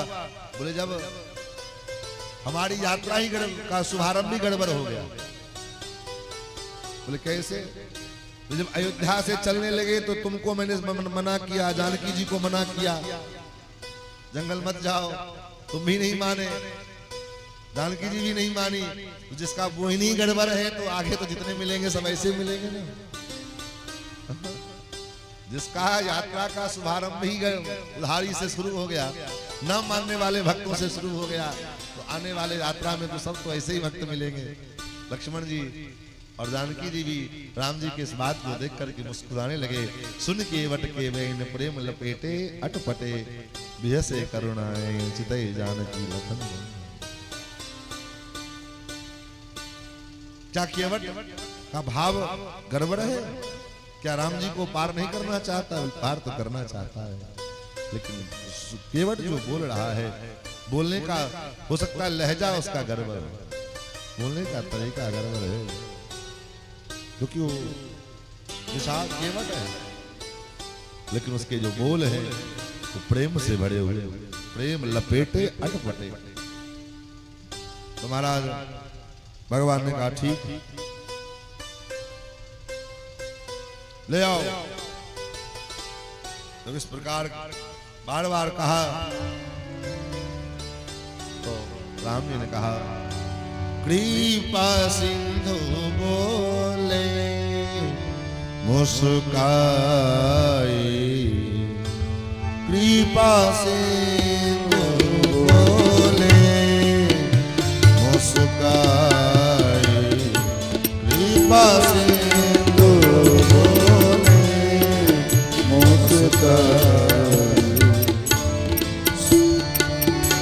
सोई करो जेहि तव नाव न जाई, सोई करो जेहि तव नाव न जाई, बेगियान जल पाए पखारो,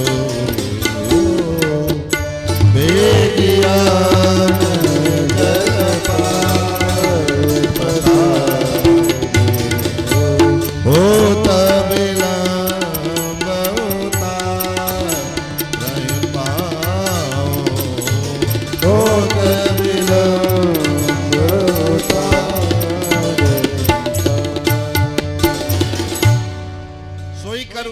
नाव न जाए, सो करो जिससे तुम्हारी नाव न जाए।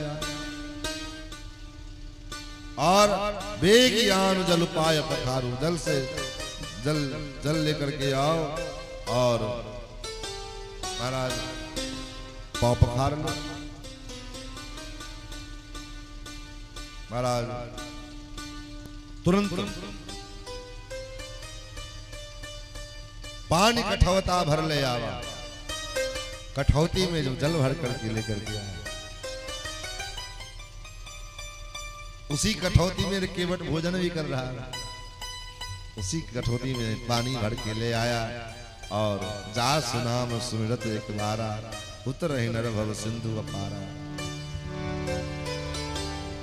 महाराज केवट भगवान के चरण पधारना।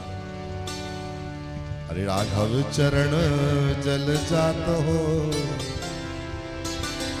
आज केवट पखारे। राघव चरण जल जात हो, आज केवट पखारे। राघव चरण जल जात हो, आज केवट पखारे। राघव चरण जल जात हो, आज केवट पखारे।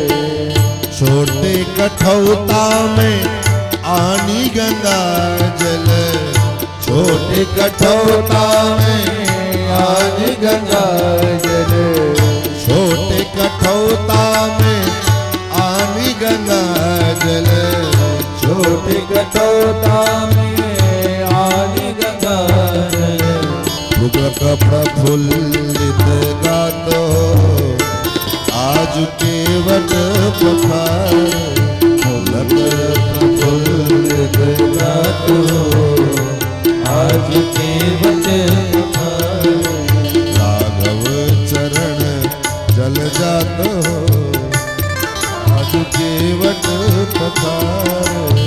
राघव चरण जल जातो, आज केवट पखारे। भरी अनुराग पलोटत पुनि पुनि। भरी अनुराग पलोटत पुनि पुनि। भरी अनुराग पलोटत पुनि पुनि। भरी अनुराग पलोटत पुनि पुनि। बरसत हृदय जुड़ा तो, आज केवट पखारे। बरसत हृदय जुड़ा तो, आज केवट पखारे। राघव चरण जल जातो, आज केवट पखारे। राघव चरण जल जातो, आज केवट पखारे। चुम चुम आँखन के असुअन धोवत। चुम चुम आँखन के असुअन धोवत। चुम चुम आँखन के असुअन धोवत। चुम चुम आँखन के असुअन धोवत।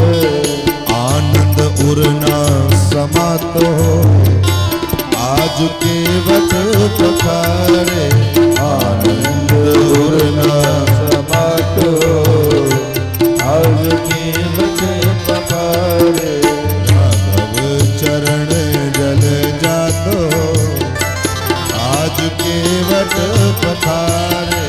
राघव चरण जल जातो, आज केवट पखारे। पुनि पुनि पियत मुदित चरणोदक। पुनि पुनि पियत मुदित चरणोदक। पुनि पुनि पियत मुदित चरणोदक। पुनि पुनि पियत मुदित चरणोदक। बोली घरन शिशु गातो, आज केवट पखारे। बोली घरन शिशु गातो, आज केवट पखारे। राघव चरण जल जातो, आज केवट पखारे। राघव चरण जल जातो, आज केवट पखारे। सीता लखन चितई गिरिधर प्रभु। सीता लखन गिरिधर प्रभु। सीता लखन चितई गिरिधर प्रभु। सीता लखन चितई गिरिधर प्रभु। मधुर मधुर मुस्कात हो, आज केवट पखारे। मधुर मधुर मुस्कात हो, आज केवट पखारे।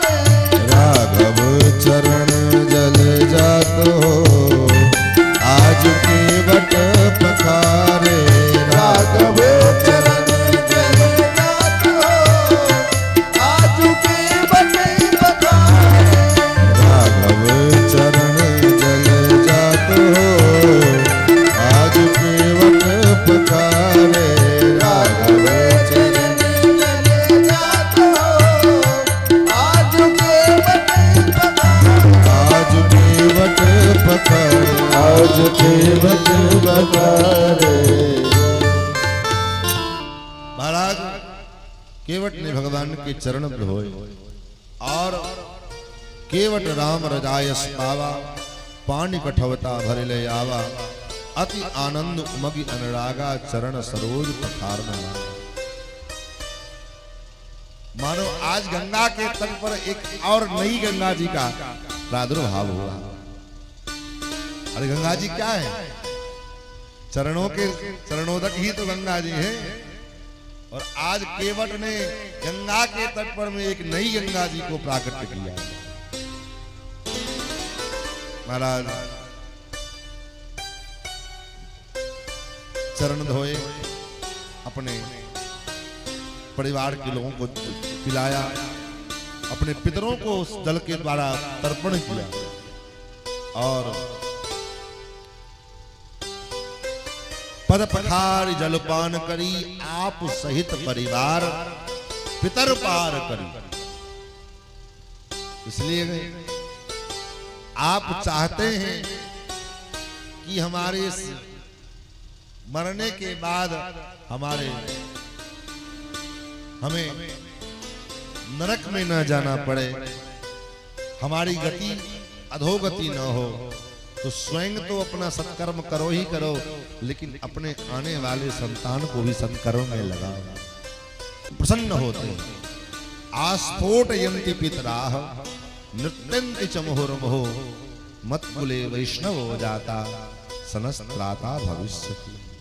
मेरे कुल में कोई वैष्णव हो। अब ये मुझे इस नरक के चक्र से बाहर निकालना। लेकिन विडंबना ये है, खास करके मिथिलांचल में बच्चा अगर वैष्णव होना भी चाहे तो माता पिता नहीं होने देते। अरे अभी तो ये बच्चा है, दादी भागला की है जी भगवान मोहन दिल दादी भागला की है जी भगवान मोहन दिल से भगवान पूरा करते हैं, जी भगवान से भगवान पूरा करते हैं, जी भगवान एहन मोन लेकिन वैष्णव होवा के वह भगवान ये वैष्णवता के धर्म के, लेकिन वैष्णव होवा के वह भगवान ये वैष्णवता के धर्म के निर्वाह असे एहन क्या बेरे एहन परिस्थिति ये ले जीवन में नहीं छे। जाकि आधा से बेसी तो लोग रावने खानदान से मिथिलांचल में विशेष हमरा बुझने थोड़ा खराब लागे तो अपन अलग बात से भर पेट पानी पियो। हमरा आज से 3-4 दिन पहले जैसे से दीदी आयल रहथिन किनो रहन माता राम वो कहलखिन जे कोनो कोनो गप अहाँ एहन भई दै छै बहुत लोग के खराब भ जेते, अहाँ पर में से लोग अथी करत दुआरे नहीं बाजियो। हम कहले बाजबे, हम त स्वभाव से बाजबे, लोग खराब लागते तो करो, हमरा पर में जते मुकदमा करे छै। ब्राह्मण भ के और क्षत्रिय के लेल विधान नहीं छे। क्षत्रिय अगर मांसाहार करे छे तो कोनो आपत्ति नहीं छे, हो सकैया नहीं करे तो उत्तम बात छे। लेकिन ब्राह्मण के लिए सर्वथा निषेध है मद्य मांस। महाराज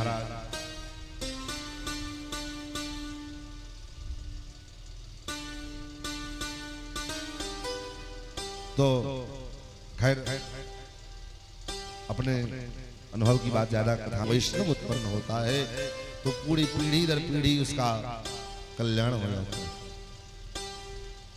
केवट ने अपने पितरों का तर्पण किया, पितर पार करी प्रभु पुनि मृत गयो लय पार।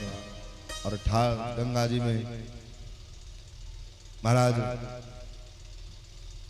भगवान को लेकर के उस पार गए। उस पार जाने के बाद उतर ठार भई सुरसरी रेता, सुरसरी के गंगा के तट पर में खड़े हो गए और सी राम गोलखन समेता केवट उतर दंडवत किन्हा। केवट ने उतर करके साष्टांग दंडवत किया तो राम जी के मन में संकोच हो। क्या संकोच हुआ? इसने मुझे गंगा पार कराया है, कुछ न कुछ मजदूरी तो देनी चाहिए।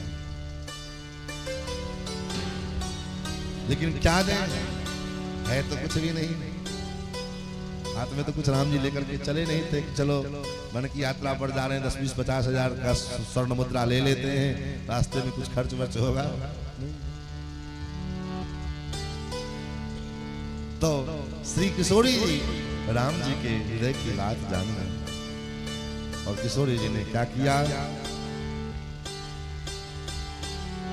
सिय हिय पिय हिय की सिय जानन हारी, पिय हिय की सिय जानन हारी, पिय हिय की सिय जानन हारी,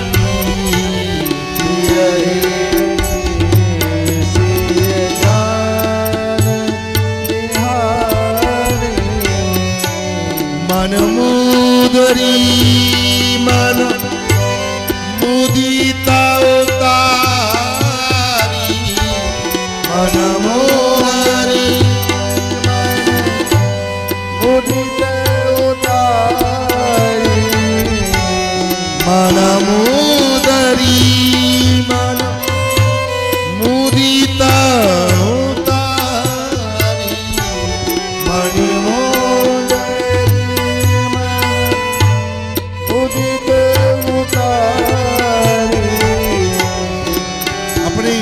मणि की मुदरी जो थी मुद्रिका, वो श्री किशोरी जी ने उतार करके जान राम जी को दिया। राम जी केवट को देने लगे। केवट ने कहा प्रभु देव कृपा उतराई, कहो कृपा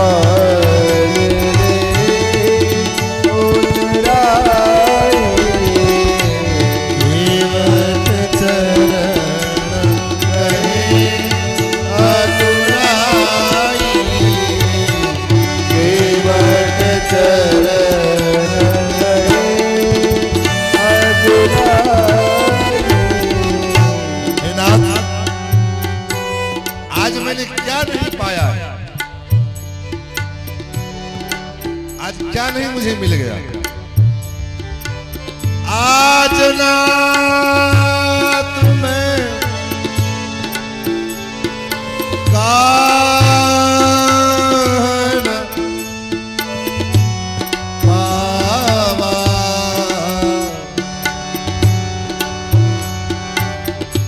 मिटे दोष दुख दारी दावा, मिटे दोष दुख दारी दावा, बहुत काल में गिन मजोड़े होता काल में मजूरी, बहुत काल में मजूरी,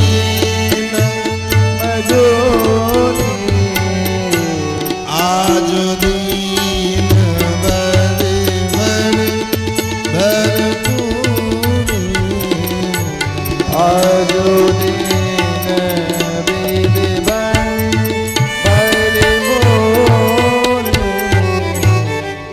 बहुत काल मैंने मजदूरी किया, आज मैंने क्या नहीं पाया। जिस चरण को प्राप्त करने के लिए बड़े बड़े, जिस चरण को पखारने के लिए जनक जी को इतना ताम झाम करना पड़ा, धोए चरण जनक जी पर पानी,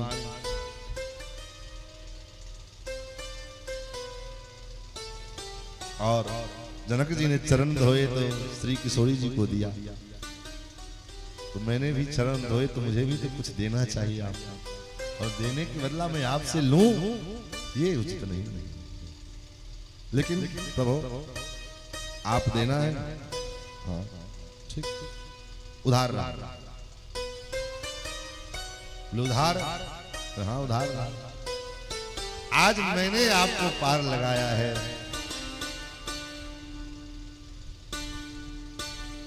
प्रभु आए जो हमारे द्वार, हमारे घाट पार हम लगाए दिनों, और जो मैं आऊं तेरे घाट पार तुम लगाए दिनों। बस नाई से न लाई लेत, धोबी से न धोबी लेत, देके मजूरी इस रीत न बिगाड़िए। प्रभु आए तुम जो मेरे द्वार पार हम लगाए दिन हो, आऊं जो मैं तेरे द्वार पार तुम लगाए दिन। आज केवट से धोबी से धोबी कपड़ा धुलाई लेता है? नहीं। नाई से नाई नहीं लेता है। तो ऐसे आप भी केवट, मैं भी केवट लक्ष्मण जी को लगा रहे कि मेरे राम जी को केवट कह रहा है। बोले हाँ, आप भी केवट हो, मैं भी केवट हूं। लक्ष्मण जी ने कहा कैसे? बोले ऐसे, मैं गंगा का पार कराता हूं, इसलिए गंगा का केवट हूं, और ये बोले संसार पार लगाने वाले हैं, संसार से पार लगाते हैं, इसलिए संसार सागर के केवट हैं। अंतर यही है, ये बड़े केवट हैं, हम छोटे केवट हैं। आज हे प्रभु, आज आप मेरे घाट पर आए तो मैंने आपको पार लगाया। जब मैं आपके घाट आऊंगा, जब संसार सागर से पार ले जाने की बारी आए तो आप मेरा पार लगा देना, हिसाब किताब बराबर होगा। भगवान वहां से आगे बढ़े, प्रयागराज में आए। प्रयागराज में भगवान ने संगम में स्नान किया। उसके बाद गंगा मैया, गंगा जी का पूजन किया है।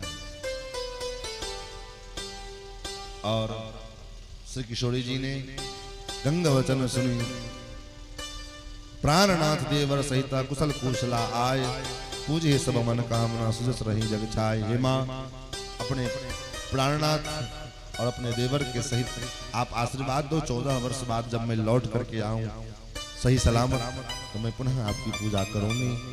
और गंगा मैया ने आशीर्वाद दिया। गंग वचन सुन मंगल मूला, मुदित सीय सुर सरी अनुकूला। और भगवान भरद्वाज के ऋषि के पास गए, भरद्वाज जी से भेंट हुई और उनसे मार्ग पूछा, किस मार्ग से हम चल करके जाएं। भरद्वाज जी ने कहा, प्रभु आप मुझसे मार्ग पूछ रहे हैं, दुनिया को मार्ग दिखाने वाला हमसे मार्ग पूछ रहा है,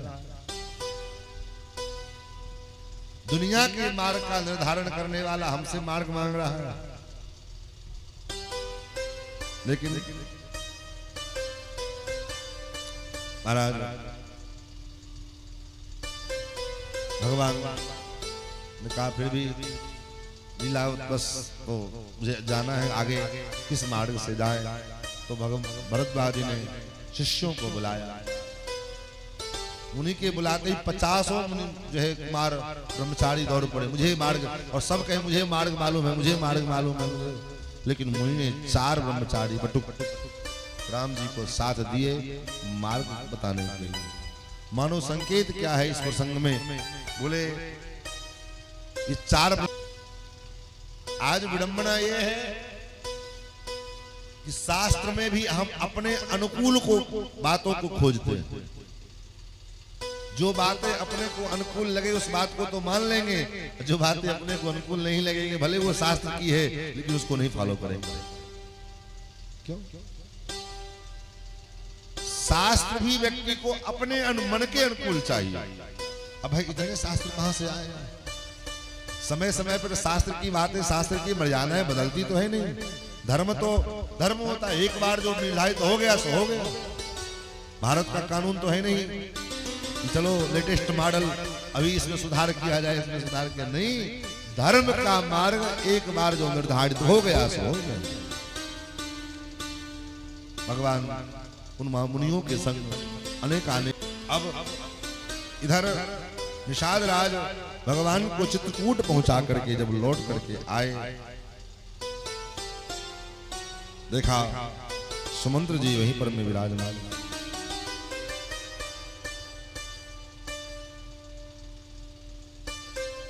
सुमंत्र जी को समझाया, भयो निषाद विषाद बस, देखत सचिव तुरंग, बोल सुसेवक चारि तब, दिए सारथी संग। मैंने तो बहुत समझाया, धरे धीरज तब कहे निषादु, अब सुमंत्र परिहर निषादु। तुम पंडित परमार्थ ज्ञाता, तुम तो पंडित हो, परमार्थ ज्ञानी हो आप, तो आप धैर्य खो दोगे तो फिर अयोध्या वासियों को कौन समझाएगा, कौन संभालेगा। समझा बुझा करके, और सुमंत्र जी का जो घोड़थ का घोड़ा है तो चलने को तैयार नहीं है। फिर तो अपने सारथी दिए निषाद राज ने, चार लोग साथ लेकर के सुमंत्र जी को लेकर के चले। सुमंत्र जी मन ही मन विचार करते, मैं जाकर के क्या कहूंगा महाराज से। माता कौशल्या दौड़ती हुई आएगी तो उनको मैं क्या उत्तर दूंगा, सुमित्रा जी आएंगे उनको मैं क्या उत्तर दूंगा। महाराज जब मुझसे पूछेंगे कि तुमने मेरे राम को क्या किया, तुम उन्हें उनसे क्या जवाब दोगे।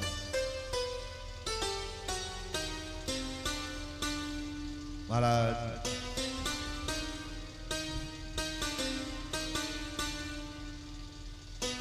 सुमंत्र जी को साहस नहीं हुई अयोध्या में दिन में प्रवेश करे। शाम के समय अंधेरे में रात हो गई, अंधेरा हो गया, तब वह अयोध्या में प्रवेश किया।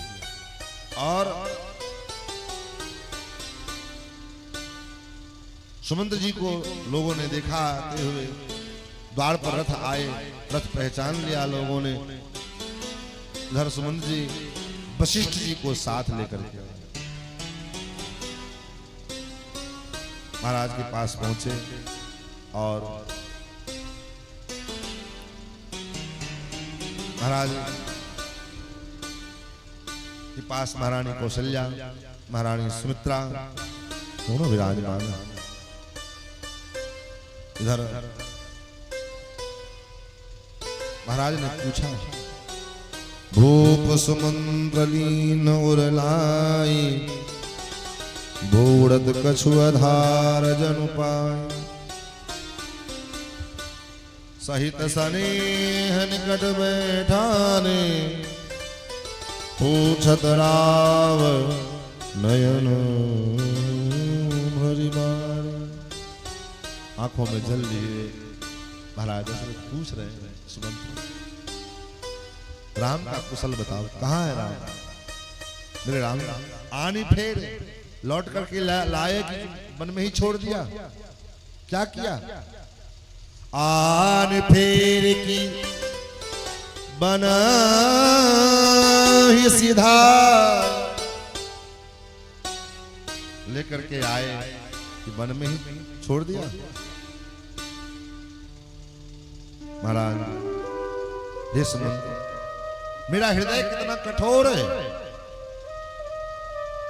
राम चले गए, राम जी चले गए, लेकिन ये मेरा प्राण कितना निष्ठुर है, ये मेरा प्राण जाने का नाम नहीं ले रहा है। राव सुनाय दीन मनवासु,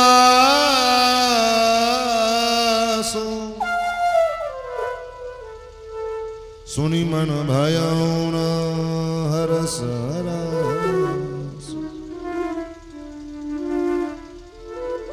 सो सुत बिछुड़त गए प्राण,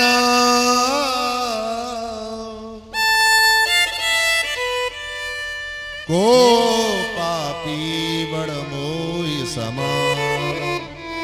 हे सुमंत्र, मुझसे बड़ा पापी और कौन हो सकता है। राम के जैसे पुत्र को वनवास भेज दिया बिना किसी अपराध के, और करे अपराध को और पाव फल भोग। अपराध कोई करे और फल किसी को मिले। अपराध तो मेरा था, मैंने कई को जो है वचन दिए थे, राम तो नहीं दिया था वचन। लेकिन मेरे करनी की सजा आज मेरे राम को भोगना पड़ रहा है।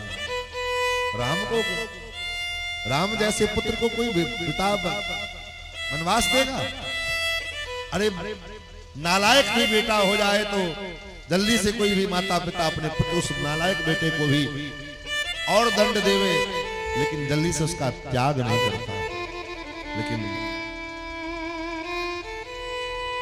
मुझे देखो, मैंने राम जैसे पुत्र का त्याग कर दिया, वनवास दिया। हे सुमंत्र, एक कृपा मुझ पर करोगे? एक जो है मुझ पर उपकार कर दो। सुमंत्र जी ने कहा, क्या आदेश है महाराज? क्या आदेश है? राम महाराज दशरथ कहते हैं कि सुमंत्र, सखा राम सिय लखन जा तहा मोहि पहुंचा, नाहित चाहत चलन अब प्राण कहो सती भाव। इस मंत्र, जहां तुमने राम लक्ष्मण और श्री जानकी को छोड़ा है, मुझे भी वहां पहुंचाओ। तभी तो मेरे प्राण रुकेंगे, तभी तो मेरे प्राण बच पाएंगे, अन्यथा मेरे प्राण नहीं टिकेंगे। पुनि पुनि पूछत मंत्री राम, प्रियतम सुमन संदेश सुनाओ। मंत्र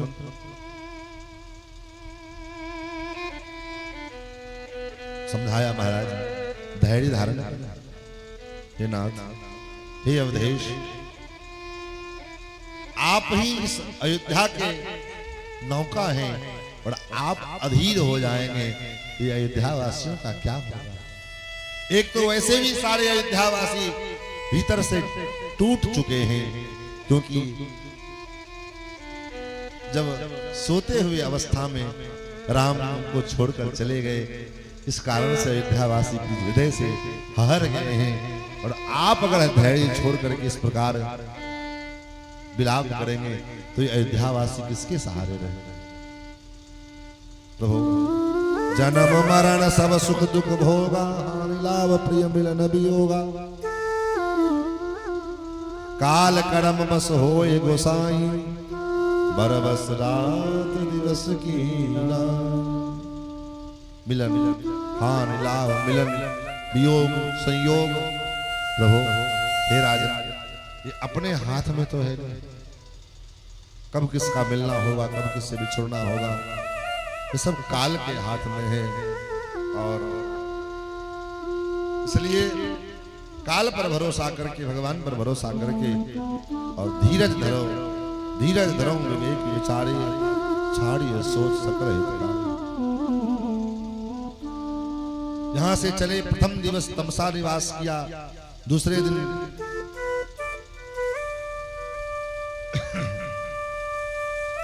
गंगा किनारे और वहां पर में स्नान इत्यादि किए। निषाद राज ने उनका खूब स्वागत किया और बट क्षीर मंगा करके जटा बनाई। मैंने कहा भी, लेकिन वो सुने नहीं। राम सखा तब नाव मंगाई, नाव मंगाया और स्वयं उस पर आप लक्ष्मण और श्री जानकी के संग विराजमान होकर के गंगा उस पार चले गए। लेकिन क्या कहूं हे राजन, जाते जाते मैंने समझाया, पिताजी ने ऐसे ऐसे कहा है। उन्होंने बड़ी अच्छी बात कही, आप पिताजी से कहना मेरी चिंता न करें, धैर्य पूर्वक रहें, बहुत शीघ्र हम 14 वर्ष का समय व्यतीत करके लौट करके आऊंगा। उनके अनुग्रह से ही मेरा ये वनवास का कार्य जो है ये पूर्ण होगा। और वो अगर सुखी नहीं रहेंगे, वो दुखी हो जाएंगे मेरे कारण, तो फिर मेरे वनवास में विघ्न आएगा। इसलिए वो प्रसन्न रहे। तुम्हारे अनुग्रह तात कारण जात सब सुख पाई हो, प्रतिपाल आयस कुशल देखन पाए पुण्य फिरी आई हो, जननी सकल परिपोष परि परि पाए करे विनती घनी, तुलसी करहु सोजतन जहि कुशली रही कौशल घनी। और उसके बाद रघुनंदन के रुख को देख करके केवट ने नाव को खोल दिया और उसी समय रघुकुल तिलक मेरे आंखों के आगे चल दिए और मेरा हृदय इतना पाषाण हृदय, इतना पाषाण हो गए कि महाराज मैं क्या करूं। मेरा हृदय देखता रहा और मेरे राम मेरे आंखों के सामने चल दिए।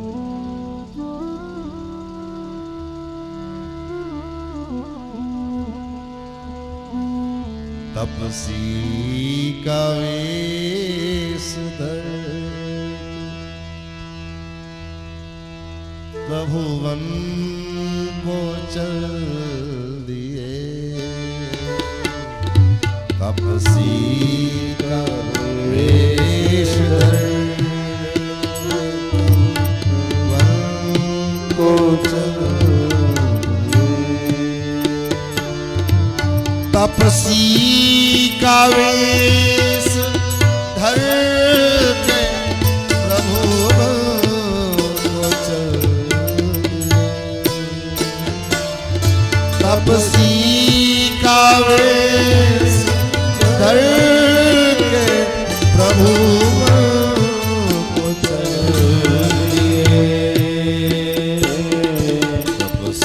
तपसी का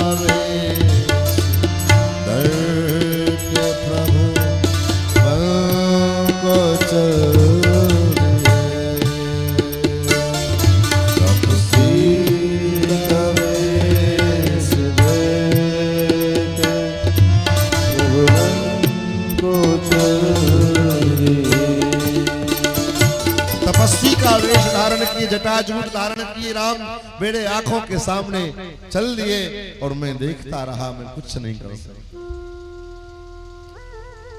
महाराज तरफ रहे तलपत विषम्भो मन मापा करे विलाप सब रोम हिरानी महाविपत हो जाए बता।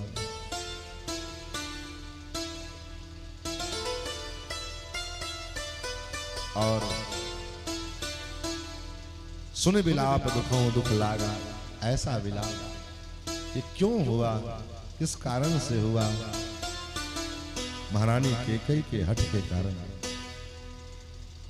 इसलिए तो अयोध्या वासियों ने महारानी कैकेयी से कहा, महारानी कैकेयी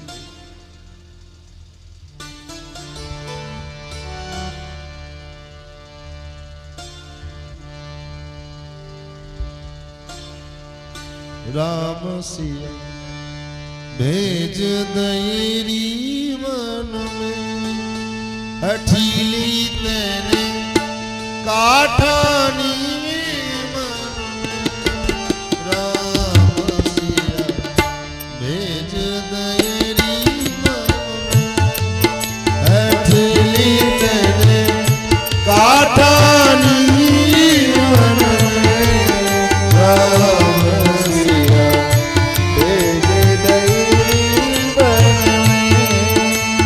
मैया तेने काठानी मन में। राम सिया भेज दैरी मन में। मैया तेने काठानी मन में। राम सिया भेज दैरी मन में।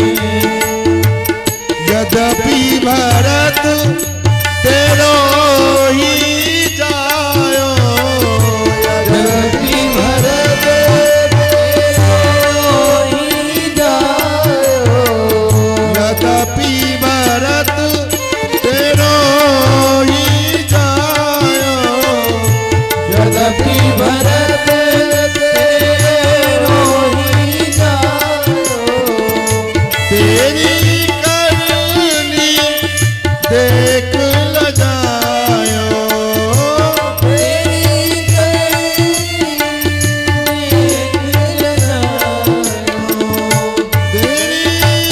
करनी देख ल जायो, तेरी करनी देख ल जायो। अपनो पद तेरे आप गवायो,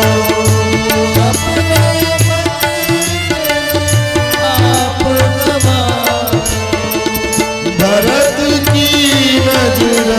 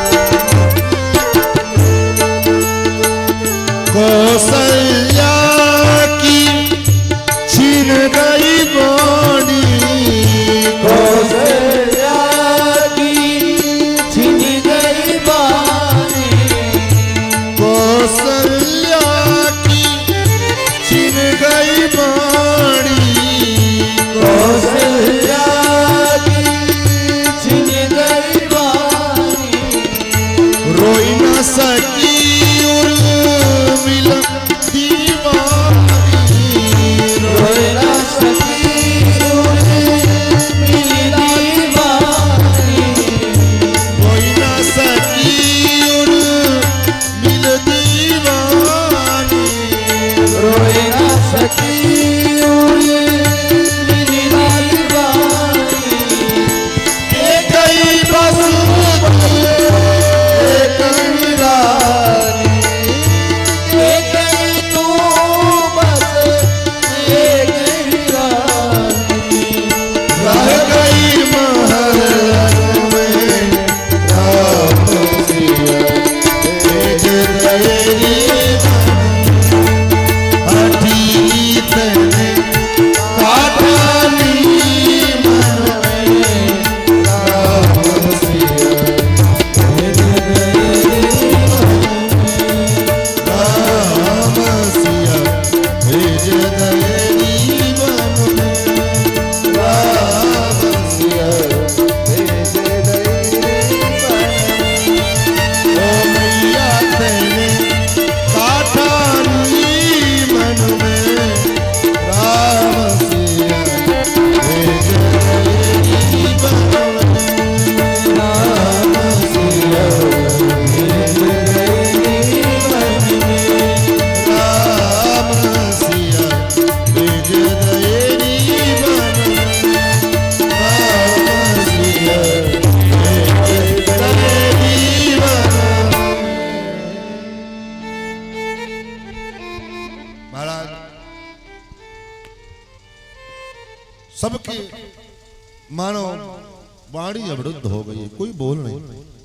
कौशल्या की छिन गई वाणी, रोई न सकी उर्मिल दीवानी। महाराज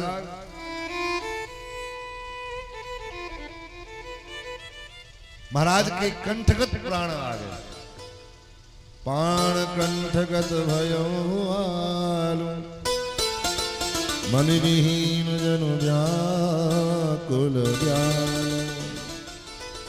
जैसे सर्प के मणि को निकाल लिया जाए तो मणि के बिना सर्प व्याकुल होता है। जल से मछली को बाहर निकाल लिया जाए तो मछली व्याकुल हो जाए। कल प्रिय पथिक समा, कल प्रिय पथिक समा। आप ऐसा करेंगे तो मेरा क्या होगा? आपने तो मुझे कहीं का नहीं छोड़ा, आपने तो मुझे कहीं का नहीं छोड़ा। एक तरफ आप कह रहे हैं कि मेरे प्राण निकल जाएंगे और मेरे प्राण है कि निकलने को तैयार नहीं है। राम के पुनः आगमन की दर्शन की लालसा में ये प्राण दोबारा निकलने को जो है तैयार नहीं है मेरा। तो आप रुकने को, साथ देने को तैयार नहीं है। इधर आप मेरा साथ छोड़ कर जाने को तैयार हैं, उधर मेरे बेटे को पहले ही आपने वनवास भेज दिया। अब मैं क्या करूं?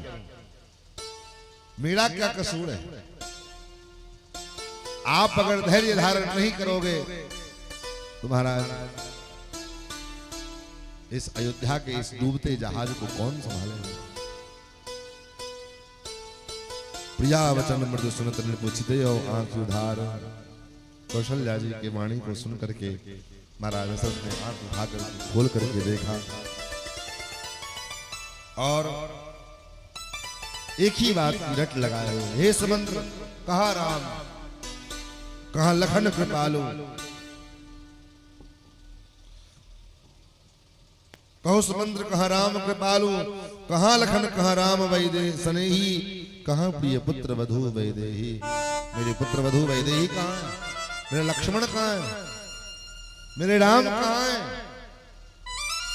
और अब आंखों से दिखना बंद हो गया, आंख अंधे हो गए, तो आंख से दिखना बंद हो गया। तापस अंध साप सुधी आई। उस तपस्वी अंधे महात्मा ने, अंधे श्रवण कुमार के माता पिता ने जो श्राप दिया था तो अब स्मरण आया और कहा कि सारा वृत्तांत कौशल्या को और सभी को सुनाया कि ऐसे ऐसे इस महात्मा ने श्राप मुझे दिया था।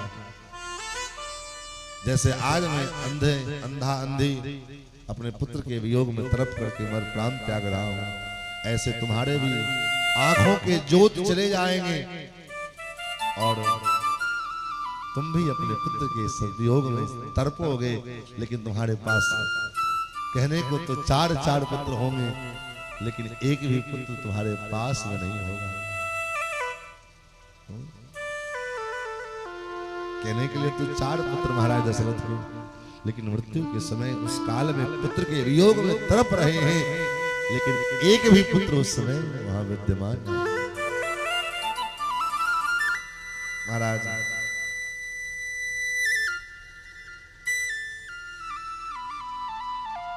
दशरथ जी ने कहा, अब इस शरीर को रख करके क्या होगा? सो तनु राखी करम में का जही न प्रेम पनु मोर निवास। इस शरीर को रख करके मैं अब क्या करूंगा? इस शरीर ने मेरे से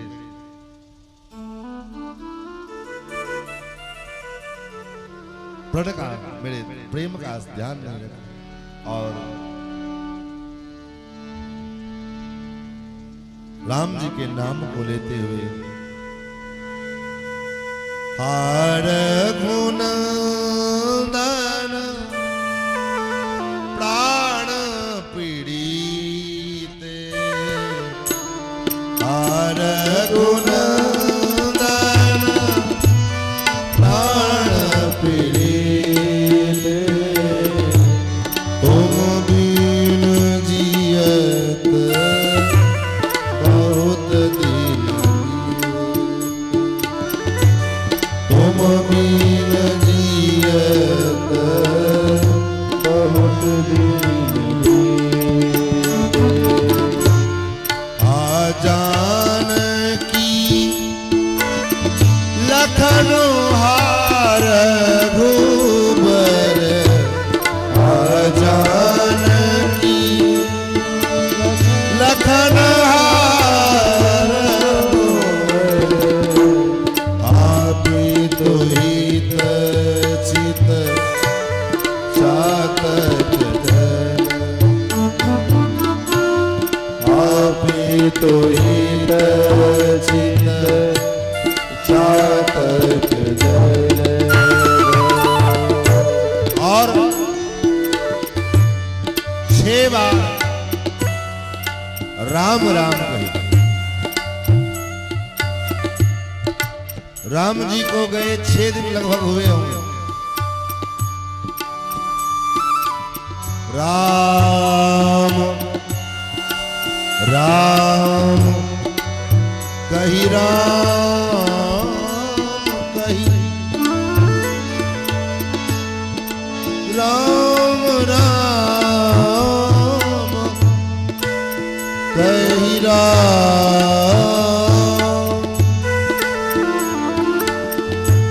तनु परी हरि रघुवर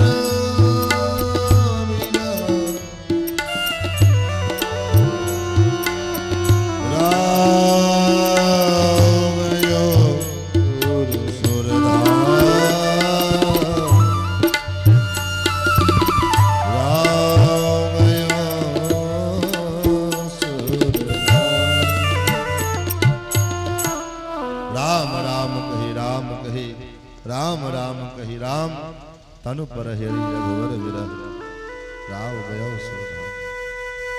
6 बार राम राम राम चारण किया और अपने शरीर को पूर्ण किया। जीवन मरण फल दशरथ पावा। जीवन का फल यही है।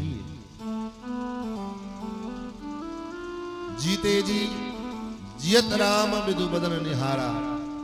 जीते जी राम जी का विग्रह का दर्शन किया और मरे तो राम राम राम राम कहते हुए मरे। यही मानव शरीर का लाभ है। इस मनुष्य शरीर के द्वारा हमने कितना बंगला, कितना गाड़ी, कितना मोटर, कितना खेत, कितना पेड़ पौधे, कितना गाछी, कितना कलम, ये सब लगाया, ये महत्वपूर्ण नहीं है। महत्वपूर्ण क्या है? जन्म लाभ पर पुंसाम अंते नारायण स्मृति। इस मानव शरीर को प्राप्त करके अंतिम समय में भगवान का स्मरण किया कि नहीं किया, ये महत्वपूर्ण। आज हमारा लक्ष्य बिल्कुल चेंज हो गया, आज हमारा टारगेट बिल्कुल चेंज हो गया।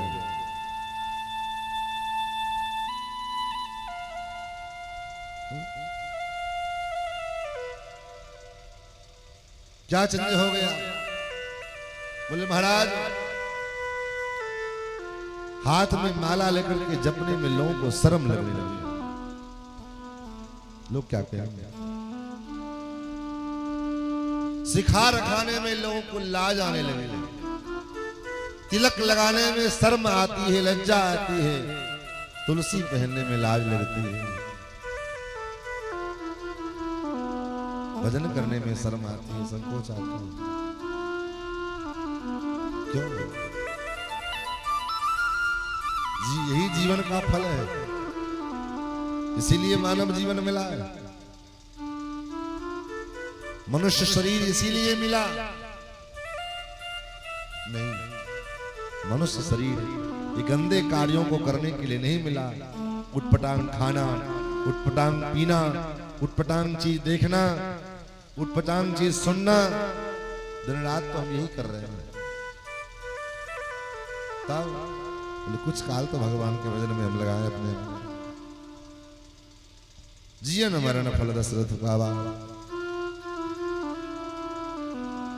पूरे महल में शोक का लहर फैल गई, बात पूरे अयोध्या नगर में फैल गई। एक शोक तो था ही राम के वनगमन का, ऊपर से दूसरा शोक महाराज के परलोक गमन का हो। तुरंत वशिष्ठ जी ने सभी को समझाया, बुझाया, सेवक को, दूत को बुलाया। सूतक रहा, बोले नहीं, जो अग्निहोत्री होते हैं, अग्निहोत्र करने वाले, उनका सूतक संस्कार पड़ने से शुरू होता है। जब संस्कार पड़ जाए, अग्नि संस्कार, मुखाग्नि पड़ जाए, तब उनका सूतक आरंभ होता है। और उस समय से लेकर 10 दिन, उससे पहले अगर शरीर छूट गया, शरीर पड़ा हुआ है, तो अब तक सूतक आरंभ नहीं हुआ। तो महाराज भरत जी पधारे। भरत जी आए तो सबसे पहले माँ ने, माँ के मैया केकई के भवन में गए। क्यों गए केकई के भवन में? क्योंकि उनको मालूम था भरत जी को कि पिताजी भैया राम ज्यादातर मैया केकई के पास में रहते हैं। भैया राम प्रायः मैया केकई के पास में ही रहते हैं, और जहां राम जी रहेंगे वहीं पिताजी रहेंगे, और जहां पिताजी रहेंगे वहीं पर मिले, जहां राम जी रहेंगे वहीं लक्ष्मण रहेंगे। तो सबसे भेंट केकई के महल में एक साथ हो जाएगा। इसलिए श्री भरत जी महाराज मैया केकई के महल में आए। मैया केकई ने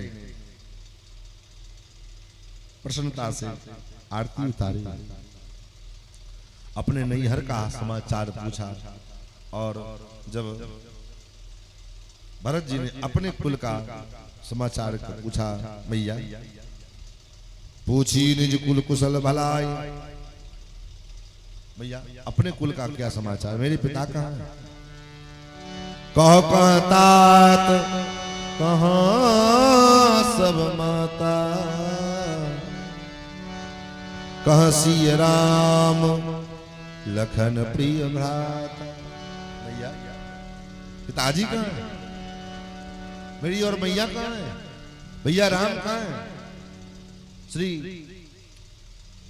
माता जानकी कहाँ है? हमारे प्रिय भैया लक्ष्मण कहाँ गए? कोई दिखाई नहीं पड़ रहा है। फिर तो मैया ने सारा वृतांत बताया। पिताजी चले गए। इस प्रकार पिताजी के जाने की बात सुनी तो बड़ा करुण क्रंदन करने लगे। हे पिताश्री, मुझे बीच में छोड़ के चले गए। राम जी को मुझे सौंपा भी नहीं। अब तक पता नहीं राम जी भी नहीं है। अभी तो केवल पिता के मरण की समाचार सुने। मैया, क्या हुआ पिताजी को? अचानक कैसे ऐसे हो गया? तब फिर सारा वृतांत बताया कि मैंने तुम्हारे लिए बात बनाने की कोशिश की, तुम्हारे लिए मैंने राज्य मांगा और 14 वर्ष का वनवास तुम्हारे राम जी के लिए 14 वर्ष का वनवास मांगा। जो कहा, जो अपनी करनी का वर्णन किया भरत जी को, तुम्हारा जैसे किसी को कोई किसी का मुहूर्त भाग्य खराब हो और उससे पीछे कोई ऊपर से उसको कोई जहर दे दे, ऐसा मानो भरत जी को प्रतीत हुआ। मरम 5 जनु माहुर दे। तो साला वृत्तांत सुना। भरत ही विसर्यो पितु मरण, सुनत राम बन गो। हेतु अपन पौजान जिया, थकित रहे आप तो मैया को कुछ देर के लिए तो बिल्कुल चुप हो गए भरत जी। और जब बोले, इतना डांट, इतना फटकार लगाया, बड़ मांगत मुंह पर परी न कीड़ा। तुम्हारे वरदान मांगते हुए समय तुम्हारे मुंह में कीड़े नहीं पड़ गए? ऐसा राम जी को वनवास देने का वरदान मांगते समय तुम्हारे जी कट करके गिर क्यों नहीं गए? और जब तक कुमत मत जी ठयो, खंड खंड हो हृदय न गयो। ऐसी बात मन में आते तुम्हारे हृदय टुकड़े नहीं हो गए? राम जैसे सत्पात्र को, राम जैसे पुत्र को वनवास का वरदान मांगते समय तुम्हारे मुंह में, तुम्हारे मन में पीड़ा नहीं आई? वर मांगत मन भई नहीं पीड़ा, गरी न जी मुंह परे न कीड़ा। मुंह में कीड़े नहीं पड़ गए तुम्हारे? सच कहा महाराज। काह न करे अबला प्रबल, भरत जी के काह न समुद्र समाय। समुद्र में क्या नहीं समा सकता है? और जिस स्त्री को कोई अबला कहे, वो अबला क्या नहीं कर सकती? बहुत कुछ कर सकती है जो जब वो चाह ले, जब वो ठान ले। स्त्री के भीतर दोनों प्रकार की शक्ति है। वह चाहे तो सृष्टि का सृजन भी कर सकती है, सृजनकर्ता भी है और संहर्ता भी है। वो चाहे परिवार को, घर को नरक से स्वर्ग बना देवे, तो स्वर्ग बनाने की क्षमता भी उस स्त्री के अंदर है। और स्वर्ग जैसे परिवार को नरक बना देवे, ऐसी क्षमता भी उस स्त्री के भीतर है। काह न करे अबला प्रबल। हे विधाता, तुमने मुझे केकई के गर्भ से जन्म क्यों दिया?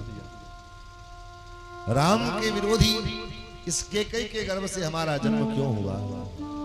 राम विरोधी हृदय ते प्रगट कीन विधि मोहि, मोह समान को पात की बाज कहो कछु दो। लोग क्या सोच रहे हैं? इधर शत्रुघ्न जी ने, शत्रुघ्न जी को पता लगा कि इसका सारा श्रेय मंथरा को है। मंथरा सामने मिल गई, दिखाई पड़ गई। सब मंथरा के झोंटे को, केस को पकड़ करके घसीटने लगे। महाराज लगे घसीटन, धरे धरे झोंटी। महाराज उसी समय भरत जी ने कहा, भैया इन्हें, इसको छोड़ दो।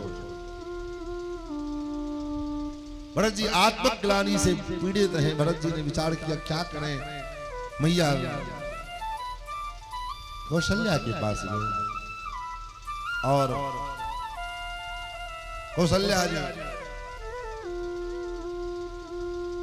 एक खंभे का टेक लगाए हुए बैठी हैं, बाल बिखरे पड़े हैं, आंखों के आंसू सूख गए महाराज। रोते रोते आंखों में अब आंसू नहीं बचे, आंखों के अश्रु सूख गए। और भरत ही देखे माथ उठ धाई, मूर्छित अवनि पड़ी झरी आई। भरत जी को देखा मैया कौशल्या ने हृदय से लगाया, मानो इतना वात्सल्य भरत जी को देख करके कि उस अवस्था में भी भरत जी को जब हृदय से मां ने लगाया तो मां के कंचुकी भींज गए। वात्सल्य के कारण मां का पयोधर टपक नहीं लगा और मां की कंचुकी भींज गई। और मैया की इस विकलता को भरत जी ने देखा। मात तात कह दे दिखाई, कहसी राम लखन दो भाई। कैकेयी कतु जन्मी जग माजा, जो जन्मित भई काहे न बाजा। मेरा जन्म कैकेयी के गर्भ से क्यों हुआ मां? तुम्हारा पुत्र बनकर के मैं क्यों नहीं आया? और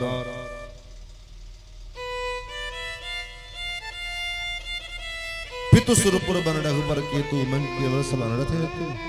पिताजी स्वर्ग चले गए और भैया राम वनवास को चले गए। इन सारे अनर्थ का मूल में मेरे कारण हो रहा है। भैया ने भरत जी को गोद में बिठाया, सरल स्वभाव माय ही लाए। भरत जी का स्वभाव अत्यंत सरल। भरत जी कहते मां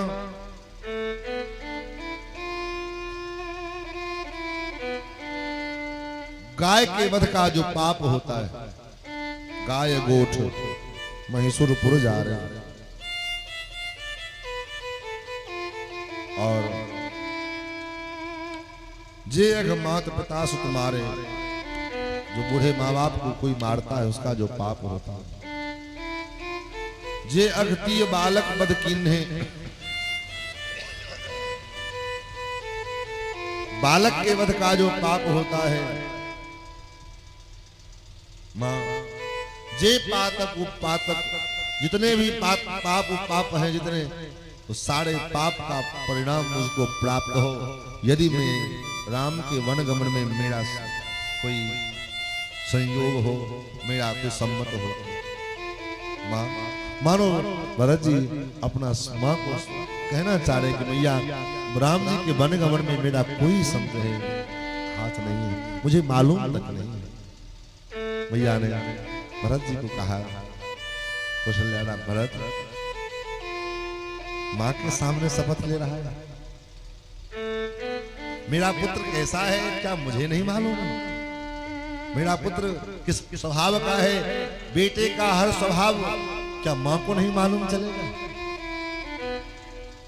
अपनी बात को स्पष्ट करने के लिए मां के सामने पुत्र को शपथ लेना पड़ेगा, सफाई देनी पड़ेगी। क्या तुम्हारे स्वभाव से मैं परिचित नहीं हूं?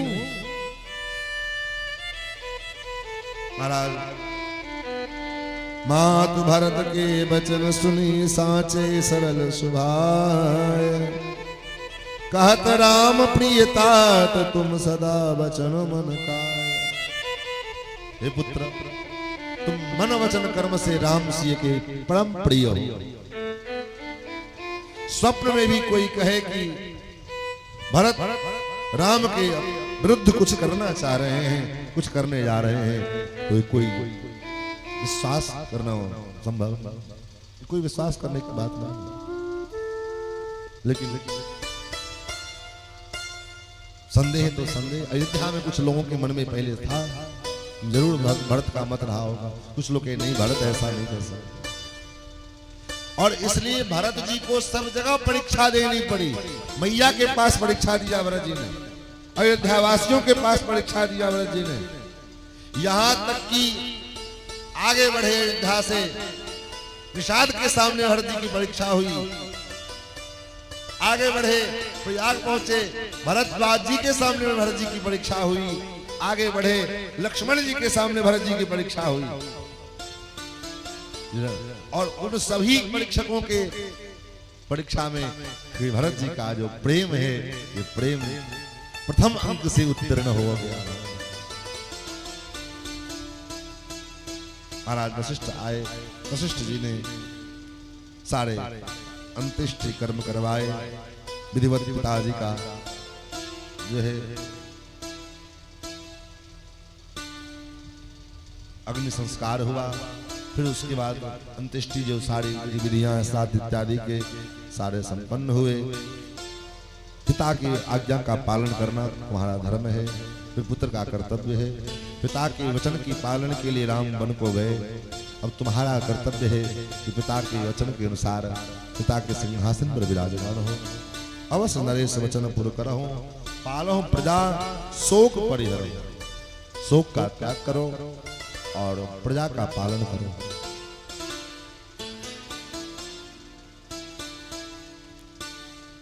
महाराज करौ राज परिहरौ गलानी, राज करो, राज सिंहासन पर बैठो, मानो मोर वचन हित जानी, मेरा वचन मानो। और मैं जो कह रहा हूं अपने मन से नहीं कह रहा हूं। कौशल्यादि सकल महतारी, ते प्रजा सुख होंगी सुखारी। ये कौशल्या की भी इच्छा है, तुम्हारी माताओं की इच्छा भी है, प्रजा की भी इच्छा है, महाराज की भी इच्छा। इसलिए कीजिए गुरु। हाँ, सचिवों ने कहा महाराज गुरुजी जो कह रहे हो कीजिए। मंत्रियों ने कहा गुरुदेव की जो आज्ञा है कीजिए, क्योंकि गुरु की आज्ञा निश्चित करने योग्य है।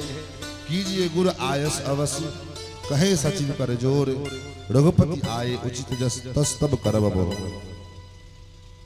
जब राम जी फिर 14 वर्ष बाद आएंगे, जैसा आपको उचित लगेगा आप कीजिएगा। इस समय तो आप सिंहासन पर बैठिए, सिंहासनासीन होइए। और ये बात मैया ने भी कही है, पुत्र कौशल्या धरि धीरज कही, पूत पथ गुरु आयस अहि, सो आदर्य करी हित मानी, बजे विवाह विषाद काल गति जानी। पुत्र गुरुदेव जो कह रहे हैं अच्छा कह रहे हैं, गुरुदेव की बात पथ्य है, इसको पालन करो। सब ने जब कहा, भरत जी विकल हो और आंखों में अश्रुपात हुए, गदगद कंठों से खड़े हुए और हाथ जोड़ करके बोलने लगे, मोहियो उपदेश दीन गुरुनी का, मोहियो उपदेश दीन गुरुनी का, प्रजा सचिव सम्मत सबही का, प्रजा सचिव सम्मत सबही का, मात उचित धरि आय सुनेना, मात उचित धरि आय सुनेना, अवस शीस धरि चाहो कीना, अवस शीस धरि चाहो कीना, गुरु पीतु मातो स्वामी हित पारी सुनि मन मोदित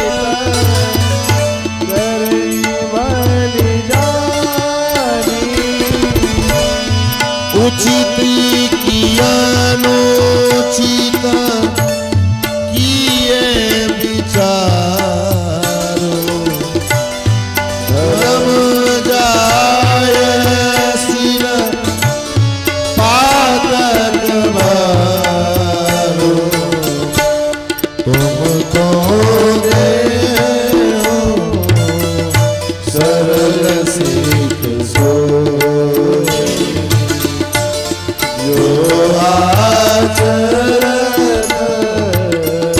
मोल भर हो। भरत जी खड़े हुए। गुरु जी ने जो कहा, मंत्रियों ने जो कहा, प्रजाओं ने जो कहा, मैया ने जो कहा, मेरे लिए उचित है। उचित की अनुचित कहो विचार गुरु पितु मात स्वामी हितवाणी। गुरु की वाणी, माता पिता की वाणी, उचित अनुचित विचार किए बिना उसका पालन करना चाहिए। लेकिन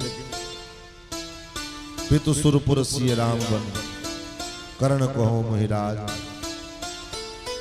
मेरे पिताजी अभी अभी स्वर्गलोक चले गए। पिता की इच्छा राम को युवराज बनाने की थी, लेकिन मेरी मां के कारण सारा खेल वातावरण चेंज हो गया, बदल गया। और मेरे पिताजी इस कारण से वन को चले गए, ऊपर चले गए, स्वर्गलोक चले गए। मेरे भैया राम वन को चले गए। और इस अवस्था में हमें राज करने की बात करें। गुरुदेव, क्या आप ईमानदारी से कह रहे हैं कि इसमें हमारा हित है? बुरा मत मानो। ये आप ईमानदारी से कहो, क्या इसी में सही में हमारा हित है कि मैं सिंहासन पर बैठूं? हमारा तो जो हित था उसको तो मेरी मां ने छीन लिया। हित हमार सियपति सेवकाई सोहरलीन मात कुटिलाई। हमारा तो जो हित था वो भगवान श्री सीताराम जी की सेवा करना, उसको तो मेरी मैया ने छीन लिया। और इस अवस्था में मुझे आप राजा बनाना चाहते हो। मुझे राजा बनाओगे तो क्या होगा मालूम है?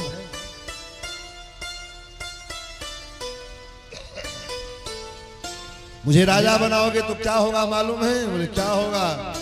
मोही राज हठ दई हो जवही रसा रसातल जाइए तबही। मेरे जैसे इस पापी को कह सुर कुटिल मती राम विमुखत लाज। तुम चाहत सुख मोह बसा मोह से अधम के लाज। काम काम अगर राम का भाई करेगा तो पृथ्वी कहां रहेगी? जो काम इन बड़े बड़े राक्षसों ने किया वही काम अगर राम का भाई करेगा तो पृथ्वी फिर किसके भरोसे रहेगी? किस पर विश्वास करेगी? इससे अच्छा तो पृथ्वी रसातल में चली ही जाएगी। इसलिए मोहि राज हट गई हूं जब ही रसा रसातल जाइए तब। मेरे कारण राम वनवासी हो गए। मैंने अपने पिता को मारने, मेरे पिता की मृत्यु का कारण मैं बना। और इससे बड़ा पापी मैं और क्या हो सकता हूं?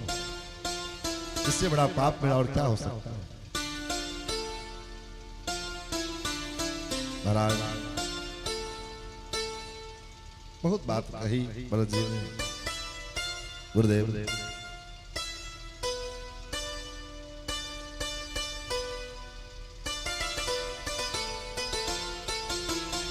किसी को ग्रह गोचर अनुकूल ना हो, किसी का ग्रह खराब चल रहा है और उसके ऊपर उसको बात की बीमारी हो।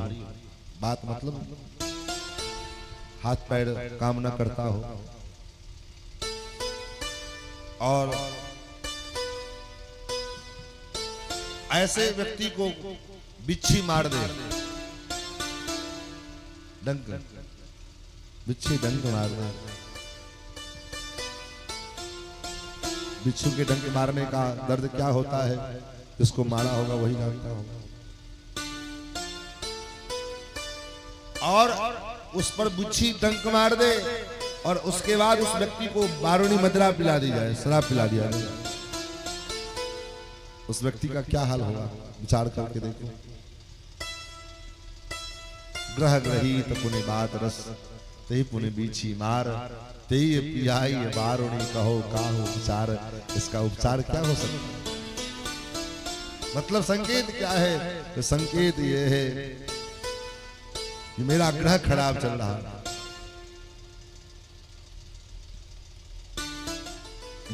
मेरा जन्म इस मंदमती, ये कुटिलमती केके के गर्भ से मेरा जन्म हुआ। ये मेरा भाग्य खराब है, ग्रह गोचर खराब है। ऊपर से बात रस, बात रस क्या है? पिता का चले जाना, पिता का मरण। और ते पुनि बीछी मार, बिच्छी मारना क्या, बिच्छी का डंक मारना क्या है? श्री सीताराम जी का वनगमन। नगर बात पुनि गई सुतीची, जब राम जी का वन प्रसंग का केके ने वरदान मांगा, ये बात पूरे नगर में, जैसे बिच्छू के डंक मारते ही पूरा जहर तुरंत पूरे शरीर में उसका दर्द फैलता है, उसी प्रकार पूरे नगर में फैल गया। तो राम जी का जो वनगमन है ये बिच्छी मारना है। और ते पियाई बारूणी, ऐसे मुझ इतने ग्रह ग्रहित बात रस और बिच्छी के डंक से बड़ा हुआ व्यक्ति मैं, और उसको आप बारूणी पिलाओ। ते पियाई बारूणी, ये बारूणी क्या है? अयोध्या का सिंहासन, अयोध्या के सिंहासन पर मुझे बिठाओगे तो मेरा क्या उपचार होगा? फिर तो मेरा सर्वनाश होना ही तय है। बहुत बात कही। आपन दारुण दीनता सबहि कहो सुनाए, देखे बिन रघुनाथ पद, जिय के जरण न जाए। मैं अपनी दीनता बताऊं, बिना रघुनाथ जी के पद को, चरणारविंद को देखे ये मेरे मन के भीतर जो आग लगी है सो शांत नहीं होने वाला। इसलिए आन उपाव मोई नहीं सूझा, को जी के रघुबर बिन बूझा। एक ही आंख यही मन माही, प्रात काल चले हो बहु पाए। एक ही उपाय है, कल सवेरे सवेरे प्रभु के पास चलने की व्यवस्था बनाएगा, वहीं चल करके चित्रकूट में उनको मनाएंगे, उनको मनाने का प्रयास किया जाएगा।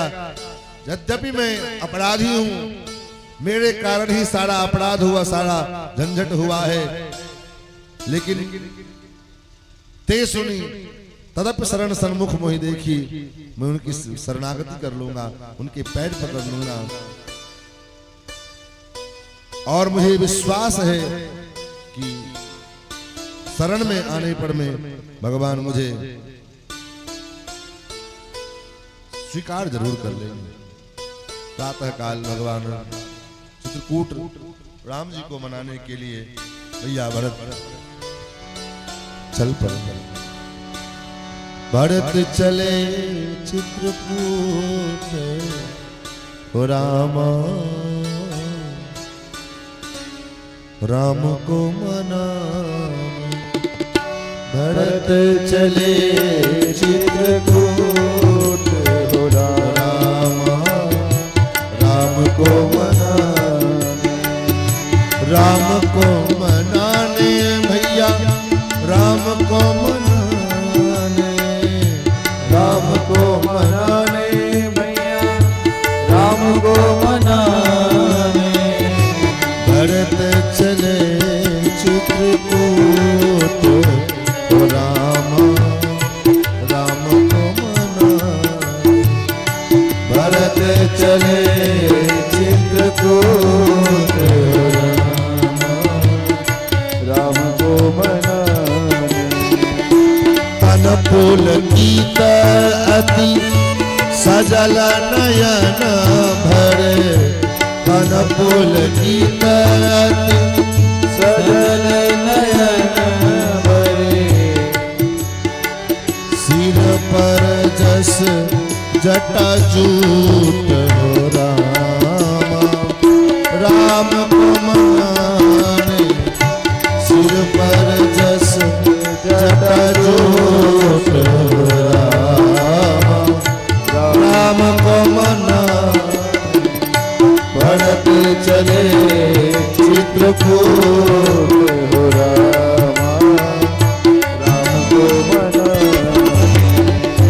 राम को मनाने भरत चले चित्रकूट हो रामा, राम को मनाने। भरत चले चित्रकूट हो रामा, राम को मनाने। भरत जी कहते हैं यद्यपि मेरा जन्म कुमात से हुआ है, यद्यपि जन्म कुमात ते मैं सठ सदा सदोष। आपन जान न त्यागहि मोहि रघुवीर भरोस। मुझे विश्वास है अपना जान करके मुझे रघुनाथ जी मेरा त्याग नहीं करेंगे। और जो ये बात भरत जी ने कही अयोध्या वासियों के भरत वचन सब कह प्रिय लागे, राम सने सुधा जनु पागे। जो कल तक कुछ लोगों के मन में भरत के प्रति संदेह था, आज महाराज भरत जी ने जो यो वचन कहा तो भरत के ऐसा कहते ही भरत पूरे जन जन के प्रिय हो गए। भरत कहे सराय सराय राम प्रेम मूर्त। अयोध्या वासी कहते हैं साक्षात राम के प्रेम ही भरत के रूप में प्रकट हो गए। महाराज सबकी तैयारी होने लगी चलने की, और प्रथम दिवस तमसा नदी के किनारे स्नान किया। जैसे राम जी गए थे उसी प्रकार दूसरे दिन चले। दूर से निषाद राज ने देखा अयोध्या की तरफ से सेना, इतने लोग, ध्वजा अयोध्या की। निषाद राज के मन में भी थोड़ा संदेह उत्पन्न हुआ, कहीं भी भरत के मन में कोई पाप तो नहीं है, कहीं ऐसा तो नहीं अकेले राम जी को वन में जाकर के मारने का प्लान है। सोच रहे होंगे राम जी अकेले वन में हैं, अभी सारी सेना लेकर के जाए। प्रेमी को यूं ही कोई प्रेमी नहीं बन जाता, यूं ही हीरा इतने करोड़ों का नहीं बिक जाता।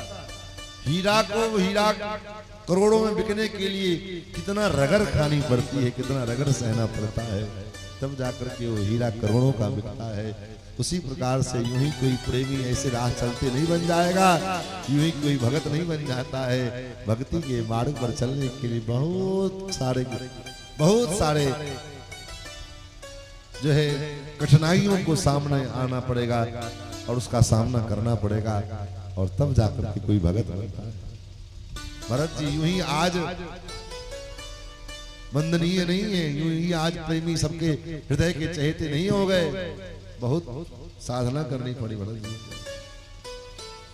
निषाद राज के मन में भी संदेह हुआ। निषाद राज ने अपने सेना को तैयार किया, कहा भैया आज भले ही हम अयोध्या के सेना के सामने हार जाएंगे, लेकिन जीते जी भरत को गंगा पार नहीं होने देंगे।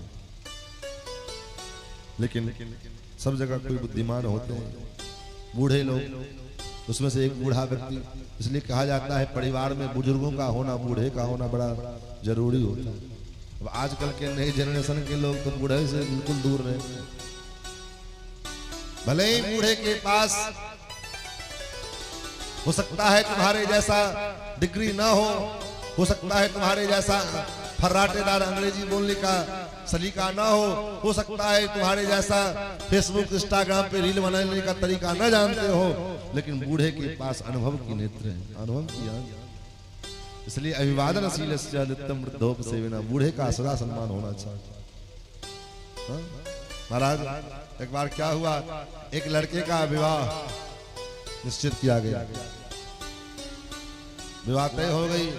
लड़की वाले ने शर्त रखा, क्या शर्त? बोले बाराती में एक भी बूढ़ा नहीं आएगा,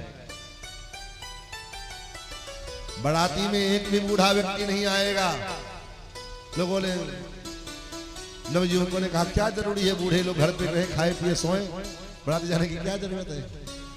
सब तो घर के गांव के लोग मान गए, लेकिन लड़के का नाना नहीं माना। लड़के का नाना, हम तो नाना है, नाना हम तो जाएंगे। बोले महाराज विवाह में शर्त रखा है, विवाह कैंसिल हो जाएगा। बोले वो सब नहीं जानते, विवाह होगा बाराती जाएगी तो हम जाएंगे, अब कैसे ले जाओगे हमको मालूम नहीं, क्या करोगे हमको मालूम नहीं, लेके जाना होगा। लोग बड़े परेशान, क्या करोगे? एक काम करो, डिक्की में डाल करके, गाड़ी के डिक्की में कंबल उड़ा करके ढक करके, कैसी में परे रहना, निकलना नहीं बाहर, और गाड़ी की डिक्की से भीतर से छुप करके जो है अपने नाती का ब्याह देख लेना, चुपचाप बाहर नहीं निकलना। ठीक। बाराती पहुंची दूल्हे कन्या के घर, कन्या के पिता ने अपने गुप्तचर को बुलाया, कहा देखो पहले पता लगाओ कोई बूढ़ा तो नहीं आया है। गुप्तचर गया, पूरा खोज आया, कहीं कहीं कुछ नहीं, कोई दिखाई नहीं दिया, एक भी बूढ़ा नहीं, थोड़ा नहीं आया। आप साहब महाराज जितने छोटे छोटे थे महाराज, सब कोट पैंट पहने, टाई लगाए, जूता लगाए, इंटेलिजेंट स्मार्ट बॉय, सब इंटेलिजेंट पहुंचे थे सब उसमें महाराज, नए नए मॉडर्न शिक्षा प्राप्त किए हुए। लड़की के पिता ने कहा विवाह तो होगा, लेकिन एक और शर्त है। बोले अब क्या शर्त है? बोले हमारे घर के बगल में कुआं है, उस कुएं को दूध से भर दो तब ब्याह होगा। जितने इंटेलिजेंट हुआ थे सबका इंटेलिजेंस गुजर गई महाराज, बुद्धि खराब, अब किसकी बुद्धि काम ना करे, क्या करे? सब लोग निराश हो गए, बोले चलो अब तो विवाह होना है नहीं, वापस चले। सब लोग आए, अपनी गाड़ी में बैठने लगे। जब ब्याह कट ही गया है तो कम से कम अब बेचारे नाना जी को बाहर तो निकाल दो, काहे के लिए बोरी में डाल के बांध दिए, अब तो ब्याह होना नहीं है। नाना जी को क्या हुआ? बोले अरे अब ब्याह नहीं होगा। बोले क्यों? बोले ऐसी ऐसी बात, ऐसी शर्त रख दी है कन्या के पिता ने। बोले क्या शर्त रखी है? बोले कहा कि कुएं को पानी दूध से भरो। इतनी छोटी बात के लिए तो बारात वापस जाती है क्या? नाना जी ये छोटी बात लग रही है आपको, कुएं को दूध से भरना है, ये छोटी बात लग रही है, कहां से भरेंगे? बोले भरेंगे, रुको, जाओ जाओ कन्या के पिता के पास, कहना मैंने दूध की व्यवस्था कर ली है, लेकिन मेरा भी शर्त है। तो क्या? कुएं का पानी तुम खाली करोगे, दूध से हम भरेंगे। कुएं का पानी तुम खाली कर दो, दूध से हम भर देंगे। न कुएं का पानी खाली होगा न दूध भरने की नौबत आएगी। लोग गए, कन्या के पिता से कहा कुएं का पानी आप खाली कर दो, दूध से हम भरने को तैयार हैं। जो कहा कुएं का पानी खाली करो, दूध से भरने को तैयार है, कन्या के लड़की के पिता के कान खड़े हो गए। जाओ ठीक से निरीक्षण करके आओ, जरूर कोई बूढ़ा इस व्यक्ति इसमें बाराती में आया हुआ है, नहीं तो इन लोगों की हाथ बस की बात नहीं है बुद्धि लगाना। तो महाराज बुजुर्गों के पास, वृद्धों के पास अनुभव का नेत्र है।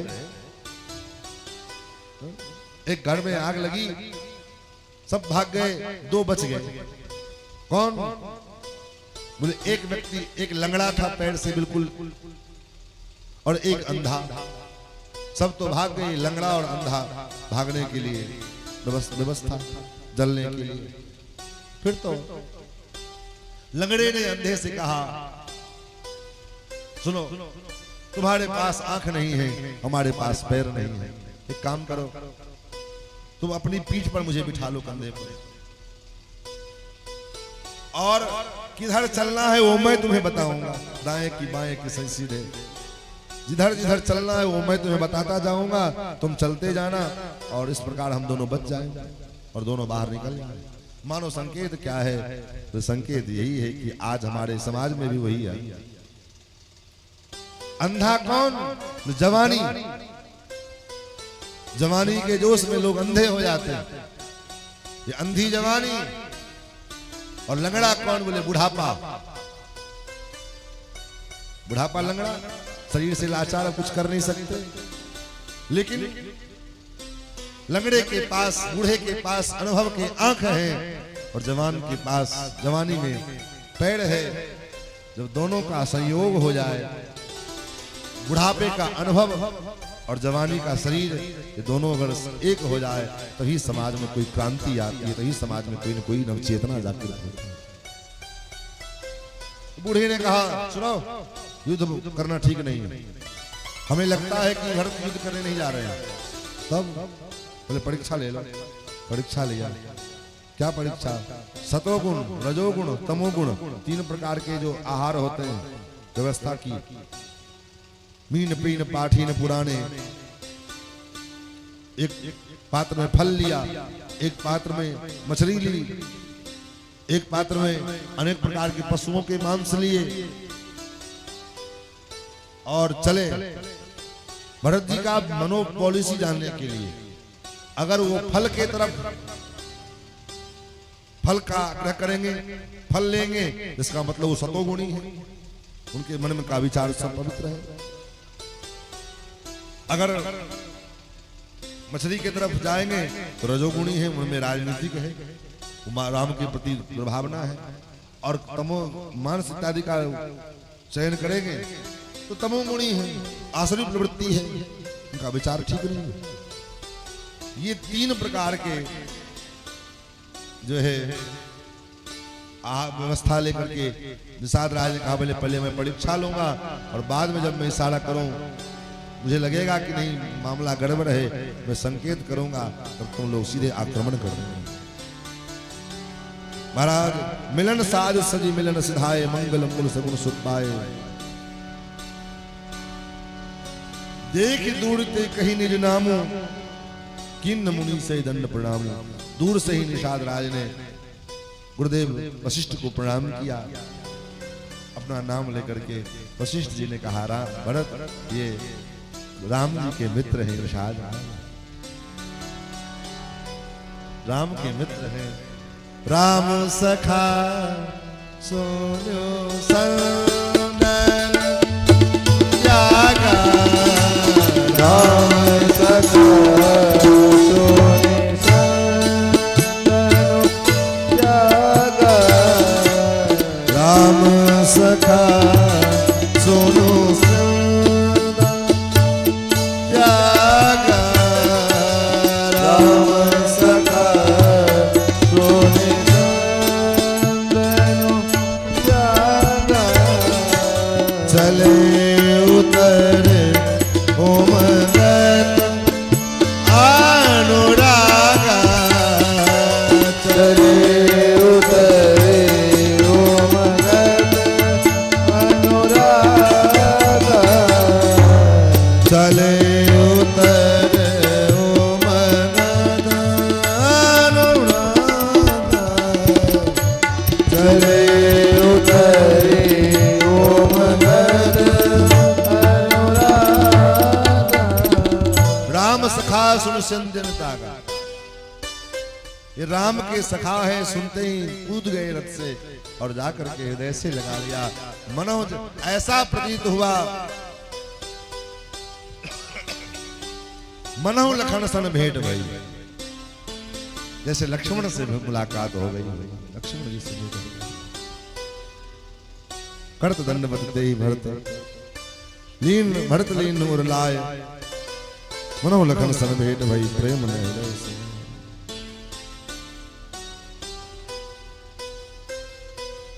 महाराज निषाद राज जान गए, फिर वहां स्वागत किया है। उसके बाद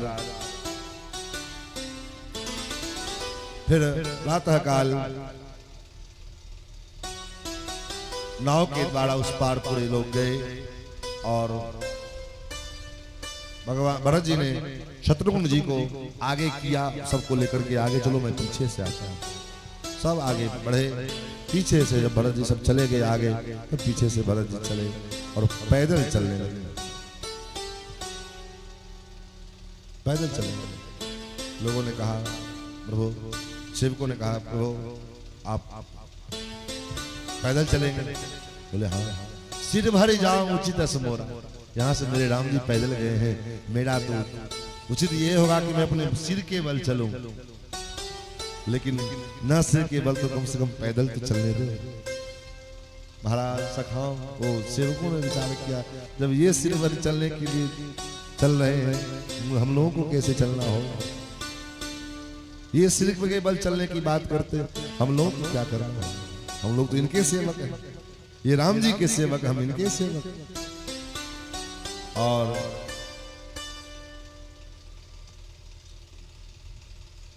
महाराज शाम के वक्त सब पहुंच गए और सब लोगों ने देखा भरत कहाँ है। भरत की प्रतीक्षा में लगे रहे और सायंकाल के समय में भगवान श्री भरत जी महाराज पेड़ों में बड़े बड़े खपोले पड़े हुए,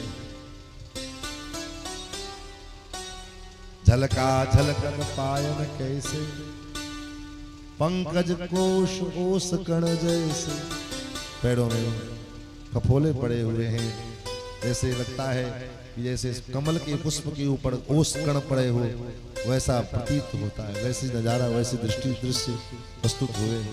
भरत जी महाराज राम राम राम कहते हुए पधारे, संगम में स्नान किया तथा तो विस्तार है, बस आज कल 2 दिन बचा है, इसी में सबको पूरा करना है।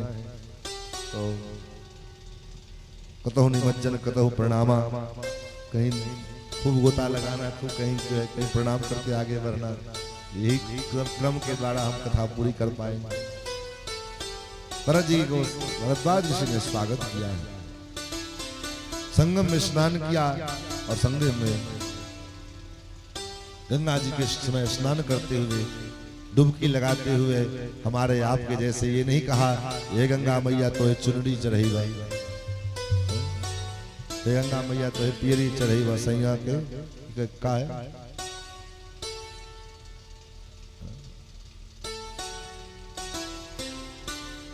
पति को सुरक्षित रखना, बेटे को सुरक्षित रखना, ये धन संपत्ति दे देना, ये सब गंगा जी से भरत जी ने नहीं मांगा, संगम में ये नहीं कहा। तब भरत जी क्या कहते हैं, मांगो भीख, भीख मांग रहा। मानो त्रिवेणी प्रकट हो गई और त्रिवेणी मानो कह रहे हैं भरत तुम तो सूर्यवंशी क्षत्रिय हो, और सूर्यवंशी क्षत्रिय भीख तो नहीं मांगता, दाता देने वाला होता है, तुम भीख क्यों मांग रहे हो? भरत जी रो पड़े। तो भरत जी कहते हैं मांगो भीख त्याग निज धर्म, आरत काहन करिय कुकर्म। आर्त व्यक्ति कौन सा कुकर्म नहीं करता है? मैं आर्त हूं, धन को देख करके कुबेर को लाज आती होगी, इतना धन अयोध्या में, और ऐसे अयोध्या को तो हमने ठुकरा दिया, अयोध्या के सिंहासन को हमने छोड़ दिया, हमको नहीं चाहिए। तब क्या चाहते हो? भरत जी ने हाथ जोड़े, अर्थन धर्मन काम रुचि गति न चहो निर्माण, जन्म जन्म रति राम पद यह वरदान, यह वरदान। तीर्थराज न अर्थ चाहिए, न धर्म चाहिए, न गति चाहिए, बस एक चीज वरदान दे दो, श्री सीताराम जी के चरणों में हमारा प्रेम है। भरत जी ने रात्रि विश्राम किया प्रयागराज में भरद्वाज जी के आश्रम में। फिर वहां से भरत जी महाराज आगे पधारे। भरत जी को भरत जी की जो है परीक्षा ली भरद्वाज, सबके सत्कार की व्यवस्था की गई भरद्वाज जो है अयोध्या वासियों के, और भरत जी के स्वागत के लिए भी अनेक प्रकार के राजसी उपयोग भोग सुख समान सब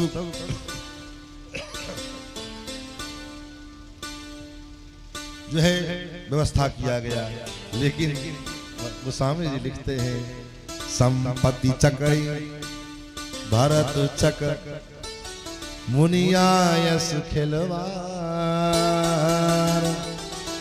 तही निसी आश्रम पींजरा राखे भाविनुसार। रात्रि में आप देखते होंगे कोई पक्षी के आवाज सुनाई देता है कि नहीं? सुनाया चकवा, चकवा पक्षी एक ही पिंजरे में, एक ही पर जो है पिंजरा में चकवा चकवी को रख दो, लेकिन उसको श्राप लगा वो दिन भर एक साथ रह लेगा, लेकिन रात्रि होते ही एक ही पिंजरा में एक ही जगह पर में है, लेकिन चकवा को न चकवी दिखाई देगी, चकवी को न चकवा दिखाई देगी। वो चे चे चे उधर से वो करेगा, उधर से वो करेगा। उसी प्रकार भरद्वाज जी के द्वारा जो व्यवस्था की गई संपत्तियां वो चकई के समान, और भरत जी चकवा है। और जैसे चकवा चकवी रात्रि भर एक जगह रहते हुए भी उसको कोई मतलब नहीं हो पाता, उसी प्रकार उसी जगह भरत जी एक ही पिंजरा में जैसे चकवा चकवी रहे, उसी प्रकार एक ही जगह पर उसी जगह पर में सब व्यवस्था है।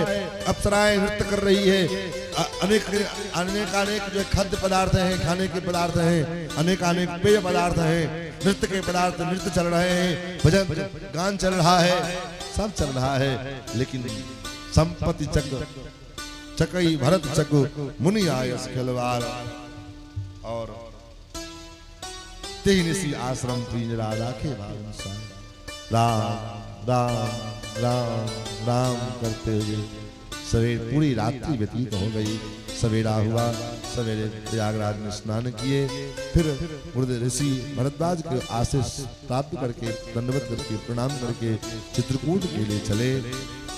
और किए जाए छाया जलद सुखद बहे बलबात तस्मग भयो राम, तस्मग भयो न राम कह जस भाव कहीं जात। जैसा भरत जी के साथ हो रहा है ऐसा राम जी के साथ भी नहीं। जहां जाते मेघ छाया करते जा रहे हैं। क्यों? क्योंकि राम जी जानते हैं अगर भरत को पीड़ा होगी रास्ते में आने पर, तो भरत अपनी पीड़ा से दुखी नहीं होगा। भरत उस पीड़ा को हमारे रूप में अनुभव करेगा कि जो है मेरे भैया राम को, मेरे प्रभु राम को कितनी पीड़ा हुई होगी, और मेरी पीड़ा को सोच सोच करके मेरा भरत दुखी हो जाएगा। इसलिए ऐसा करो कि उसको पीड़ा का अनुभव ही ना होवे, रास्ते में आने में क्या पीड़ा होगी। और अनेक गांव को से गुजरते हुए श्री भरत जी महाराज चित्रकूट के किनारे पहुंचे। राम वहीं पर में एक बट के वृक्ष पर में जो है निषाद राज भरत जी को लेकर के गए, और वहीं से इधर आकाश में धूल उड़ते हुए देखा तो लक्ष्मण जी एक वृक्ष पर चढ़ करके देखे तो अयोध्या का ध्वज दिखाई दिया। तो जब चेला का जब मन भी डोल गया था, चेला कौन? निषाद राज लक्ष्मण जी के चेला है, तो गुरु ही। गुरु जी के मन में भी शंका हुई, भरत लगता है आ रहा है चढ़ाई करने के लिए, और ले आए भैया आज मैं इस भरत को मार डालूंगा। भरत ने क्या सोच रखा है?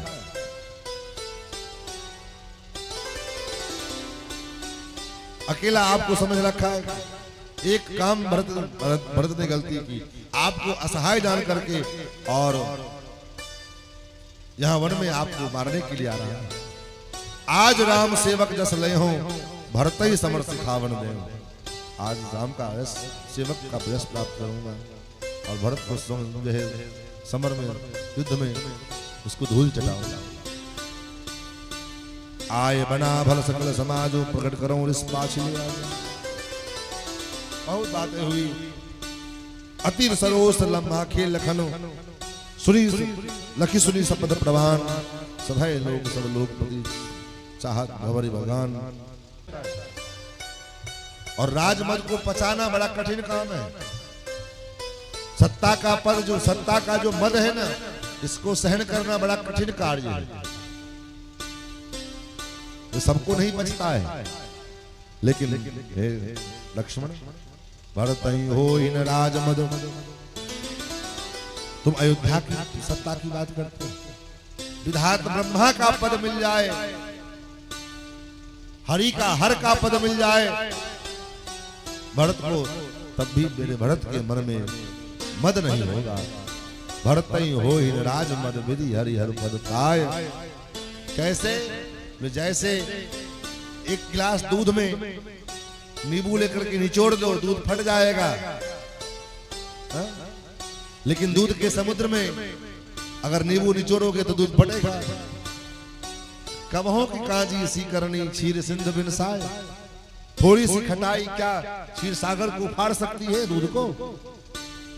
सीमित दूध को उफाड़ देगी, लेकिन असीमित दूध को नहीं फाड़ सकती। उसी प्रकार मेरा भैया भरत जो है, उसके वो असीम है, उसके अंदर राजमद नहीं हो सकता। लेकिन चूंकि लक्ष्मण जी जीवाचार्य है और जीवाचार्य के मन में संदेह हो गया, इसीलिए भरत जी जब आए राम जी के पास और प्रणाम किया, पाहि नाथ कही पाहि गोसाई, भूतल पर्यो लकुट की नाई। राम जी ने देखा नहीं, राम जी उधर घूमे होंगे। भरत जी साष्टांग प्रणाम किए, राम जी नहीं देखे। क्या राम जी को पता नहीं लगा था कि भरत जी आए हैं? तब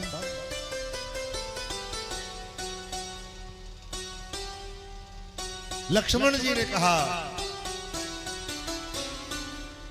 लक्ष्मण जी ने कहा, प्रभु बचन सपेम लखन पहचाने, करत प्रणाम भरत जी जाने। और राम से लक्ष्मण जी ने कहा, प्रभु कहत सप्रेम नाई महिमा था, भरत प्रणाम करत रघुनाथ। तो लक्ष्मण जी भी भरत जी के प्रेम को पहचाने और लक्ष्मण जी ने प्रेम पूर्वक राम जी से कहा, प्रभु भरत प्रणाम करत रघुनाथा। हे रघुनाथा, हे रघुनाथ जी, भैया भरत आपको प्रणाम कर रहे हैं। जो कहा उठे राम सुनि प्रेम धीरा, हो पटकौ निघंत धनु तीरा, बरबस लिए उठाए और लाए निदान धाम। भरत राम की मिलन की बिसरे सवही। महाराज क्या करें, मजबूर हैं। इन सब चौपाइयों को, इन पंक्तियों को देखते हैं तो मन ठहर जाता है, लेकिन फिर समय देखते हैं तो नहीं, समय तो बहुत भाग रहा है और हमको कल पूरा करना है मानस को। एक को जुगुती न मन ठहरानी, मन ठहरता, मन जो है क्या करे, ठीक नहीं, आगे बढ़ने का मन नहीं करता है, लेकिन समय कहता नहीं बढ़ना पड़ेगा। करोगे क्या, जाओगे? तो भरत जी का चरित्र एक दिन में असंभव है। भरत जी का चरित्र तो कम से कम 9 दिन तो केवल भरत जी का चरित्र केवल हो, तब जाकर के कुछ शांति मिलेगी। लेकिन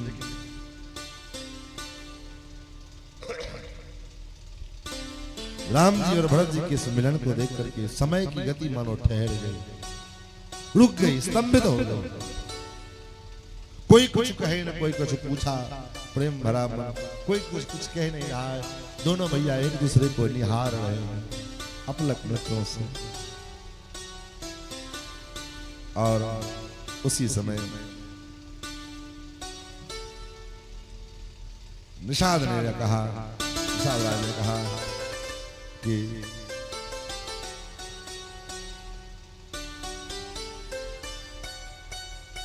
समझाए सुर गुरु जड़ जागे, ब्रस प्रसून प्रशंसन लाल। नाथ साथ मुनि मात के मातु सकल पुरलो सेवक सेनप सचिव सब आए विकल रियो। भरत जी के साथ, भरत जी अकेले नहीं आए, भरत जी के साथ गुरुदेव भी आए, नाथ साथ मुनिनाथ के माताएं भी आई, सारे अयोध्या के लोग आए हैं आपका दर्शन करने। गुरुदेव आए, सीर सुन सुन गुर आगमनु, और श्री जानकी जी के पास शत्रुघ्न जी को रखा, और फिर तीनों भैया निषाद राज को नीचे आए, गुरुदेव को देखा, गुरुदेव के चरणों में प्रणाम किया। प्रेम पुलक केवट कही नाम हरि, इधर से फिर केवट ने भी गुरुदेव वशिष्ठ को प्रणाम किया। राम सखा ऋषि बरबस भेटा, जन्म ही उठत स्नेह समेटा। और आज गुरुदेव ने वशिष्ठ जी ने निषाद राजगुरु को भी हृदय से लगाया। कौन माय का लाल कहता है कि जो है हिंदू धर्म के सनातन ग्रंथों में छुआछूत का वर्णन है? कहां छुआछूत है? यही सब निपट नीच को नाही, कहा केवट निषाद, और कहा बर वशिष्ठ सम को जगमाही, साक्षात ब्रह्मा के पुत्र हैं वशिष्ठ जी महाराज। कोई ऐरे गहरे नथु खैरे नहीं है, साक्षात ब्रह्मा के पुत्र हैं। और कहा निषाद, और आज निषाद को गले से वशिष्ठ जी ने लगाया। कहां छुआछूत है? किस ग्रंथ में आपको छुआछूत की दृष्टि दिखाई पड़ती है? जरा प्रमाण तो दो, कहां लिखा है छुआछूत? हमारे यहाँ राम जी ने कहां छुआछूत, वशिष्ठ जी ने कहां छुआछूत दिखाया? लेकिन बिना जाने बिना समझे लोगों को भ्रमित करने के लिए, लोगों को तोड़ने के लिए, सनातनियों को कमजोर करने के लिए तुम्हारे शास्त्र में ऐसा लिखा है। तुमने जो है तुम्हारे यहाँ जात पात है, छुआछूत है, भेदभाव है, कहीं नहीं लिखा है।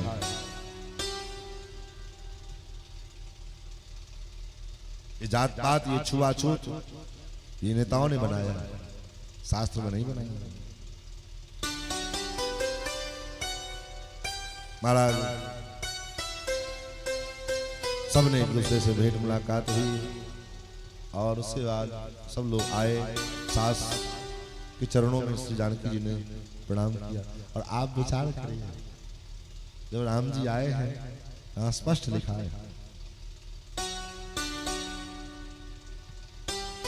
हमारे इस प्रसंग में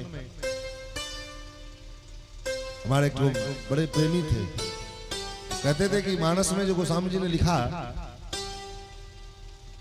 कथा राम के गूढ़, इसका तात्पर्य जानते हैं क्या? राम जी वन को गए, क्या केकई के वन जो है केकई के वरदान मांगने के कारण राम जी बन गए? नहीं, वरदान जरूर केकई ने मांगा, केकई का कंधा था, बंदूक राम जी का था।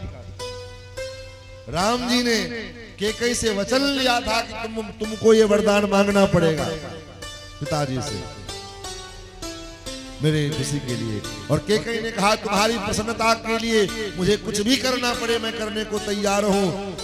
भगवान राम ने कहा मां इसके लिए तुमको वैधव्य भी होगा, बोले मुझे मंजूर है। लोग तुमको अपयश देंगे, बोले मुझे मंजूर है। लोग भविष्य में जीवन भर अपने बेटी के नाम तुम्हारे नाम के आगे नहीं रखेंगे, नाम के साथ नहीं रखेंगे, बोले वो भी मुझे मंजूर है। तुम्हारी प्रसन्नता के लिए मुझे कोई भी बलिदान देना पड़े मैं बलिदान देने को तैयार हूं। ऐसी माता केकई। रामचरितमानस में दो प्रकार के पात्र हैं। एक पात्र जो निंदनीय है, जैसे रावण कुंभकर्ण आदि निंदनीय है। एक पात्र वंदनीय है, हनुमान जी को, दशरथ जी, लक्ष्मण जी, भरत जी, ये सब वंदनीय हैं। लेकिन एक पात्र ऐसे हैं जिनका चरित्र वंदनीय भी है और निंदनीय भी है। निंदनीय इस अर्थ में है, भगवान स्वयं राम कहते हैं कि जो सपने में भी संत सभा को नहीं देखा है वही केवल हमारी मैया केकई को अपशब्द कहेगा, वही हमारे मैया केकई को दोष देगा, अन्यथा मेरी माँ दोषी नहीं। और प्रमाण देखिए जब भगवान अयोध्या जब चित्रकूट में जब मिलन हुआ तो राम जी जब मिलने के लिए आए तो पहले कौशल्या जी के पास क्यों नहीं गए, पहले सुमित्रा जी के पास क्यों नहीं गए? गुरु जी से मिलने के बाद सीधे राम जी के माता कैकेयी के पास गए। प्रथम ही राम भेंट कैकेयी, क्यों? मानो मंत्रणा करने के लिए गए मैया, कहीं भेद खोल तो नहीं दिए आप माँ? कहीं हमारे आपके बीच में जो डील हुई है, बात हुई है, उसको तो आप कहीं खोल तो नहीं दिए? सबके सामने खोल तो नहीं खोल दिया आपने? महाराज नहीं नहीं, इसलिए भगवान राम पहले मैया कैकेयी के पास गए और बहुत बात हुई है। ऊपर आए, सबने सबको लगा प्राण मिल गया और रात्रि कोल किरात भिल्ल बनवासी सब इनका सबका स्वागत करने के लिए कंद मूल फल ले लेकर के दाए दोना भर भर करके और भरत जी रात्रि भर विचार करते रहे, मैं क्या करूं, किस प्रकार से राम जी को वापस ले जाऊं। निसन नींद नहीं भूख दिन भरत विकल सुचि सोच, नीच कीच बिच मगन जसा नहीं सल्ल संकोच। मेरी मैया ने जो चाल की है, इस कारण से क्या मुझे राम जी स्वीकार करेंगे? कैसे जाएंगे? हो सकता है गुरु जी कह दें तो गुरु जी के कहने पर भगवान राम जी चले जाएंगे। फिर सोचते हैं गुरु जी क्यों कहेंगे, गुरु जी तो धर्म के पालक हैं, हर गिरते गुरु सेवक धर्म। फिर सोचते हैं मैया कह दे, कौशल्या मैया कहे तो हो सकता है राम जी वापस हो जाएं, लेकिन फिर मन में आता है कि माँ कौशल्या क्यों कहे? माँ तू कहे हो बहुरी रघुराम,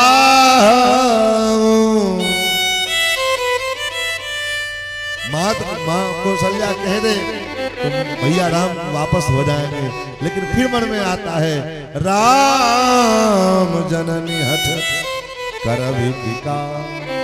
राम की जननी है, कोई मेरी जननी थोड़ी है। हट करना तो मेरी जननी को, मेरी माँ को आता था। राम की जननी माँ कौशल्या को हट करना नहीं आता, वो हट काहे के लिए करेगी। एको जुगुति न मन ठहरानी। गुरु जी सवेरा हुआ, गुरु जी के पास गए, गुरु जी ने प्रस्ताव दिया, एक काम करो तुम वन में रह जाओ और राम जी को वापस भेज दो।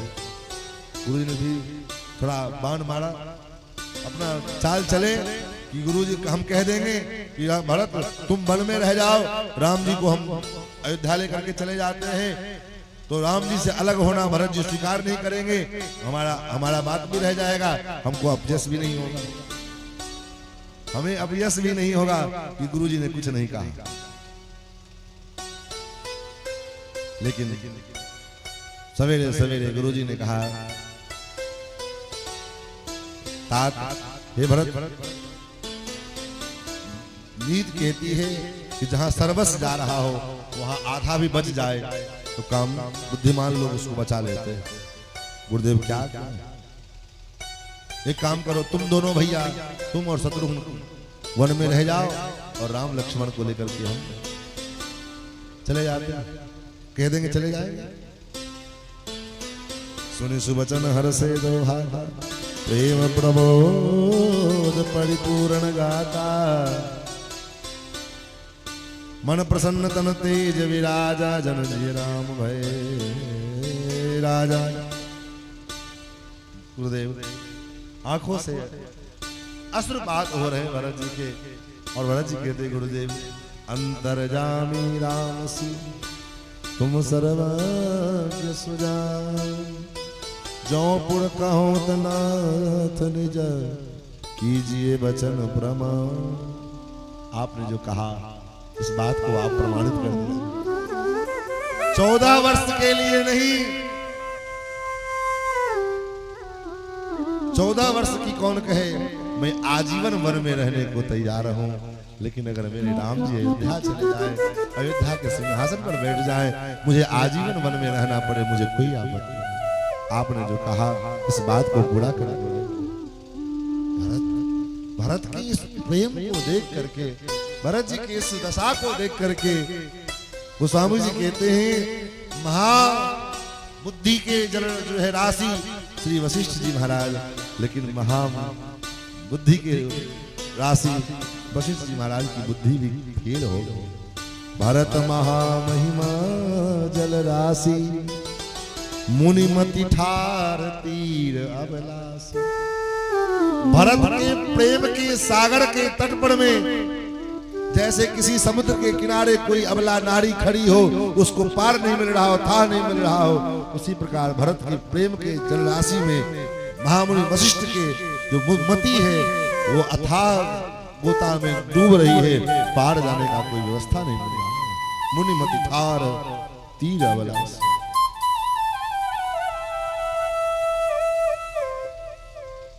और पूरी सभा बैठी अयोध्या के। उसी समय बात चल रही थी। भरत राम जी ने कहा भरत को मेरे लिए क्या कहना बताओ, तुम जो कहोगे सो मैं करूंगा। सबको लगा भरत जी कह देंगे चलो बात बन जाए। तब तक दूत आए महाराज जनक के आगमन की सूचना हुई। जनक जी का स्वागत में सब लोग लग गए, व्यवस्था में लग गए और श्री जनक जी महाराज पधारे। राम जी को बड़ा संकोच हो रहा था कि अब क्या होगा। जनक जी धर्मात्मा भी हैं और ससुर है तो पिता तुल्य भी हैं, और अगर वो किसी प्रकार का कोई निर्णय दे देते हैं फिर उनके निर्णय को भी न मानना बड़ा कठिन हो जाएगा। भरत जी को जनक जी ने कहा आप क्या भरत जी को जनक जी ने कहा आप क्या विचार है। भरत जी ने कहा मैं सेवक हूं, दास। बहुत बात हुई है, लेकिन मिला जुलाकर एक बात जनक जी ने कहा तो सेवक का काम क्या है। सेवक का काम है स्वामी की आज्ञा का पालन, यही सेवक का धर्म है, क्योंकि सबते सेवक धर्म कठोर है। सेवक का यही धर्म है स्वामी की आज्ञा का पालन करना। तो आपको जो स्वामी आदेश करें उसका पालन करें, यही आपका धर्म है। राम जी ने जनक जी ने राम जी से कहा हे राम, आप जिसको जो जैसा आदेश करेंगे वह उस आयुष का पालन करेंगे। तात राम जस आयुष देहु, सो सब करे मोर मत एहु। सूर्य रंगनाथ जोड़ जो पानी, बोले सत्य सरल मृदुवानी।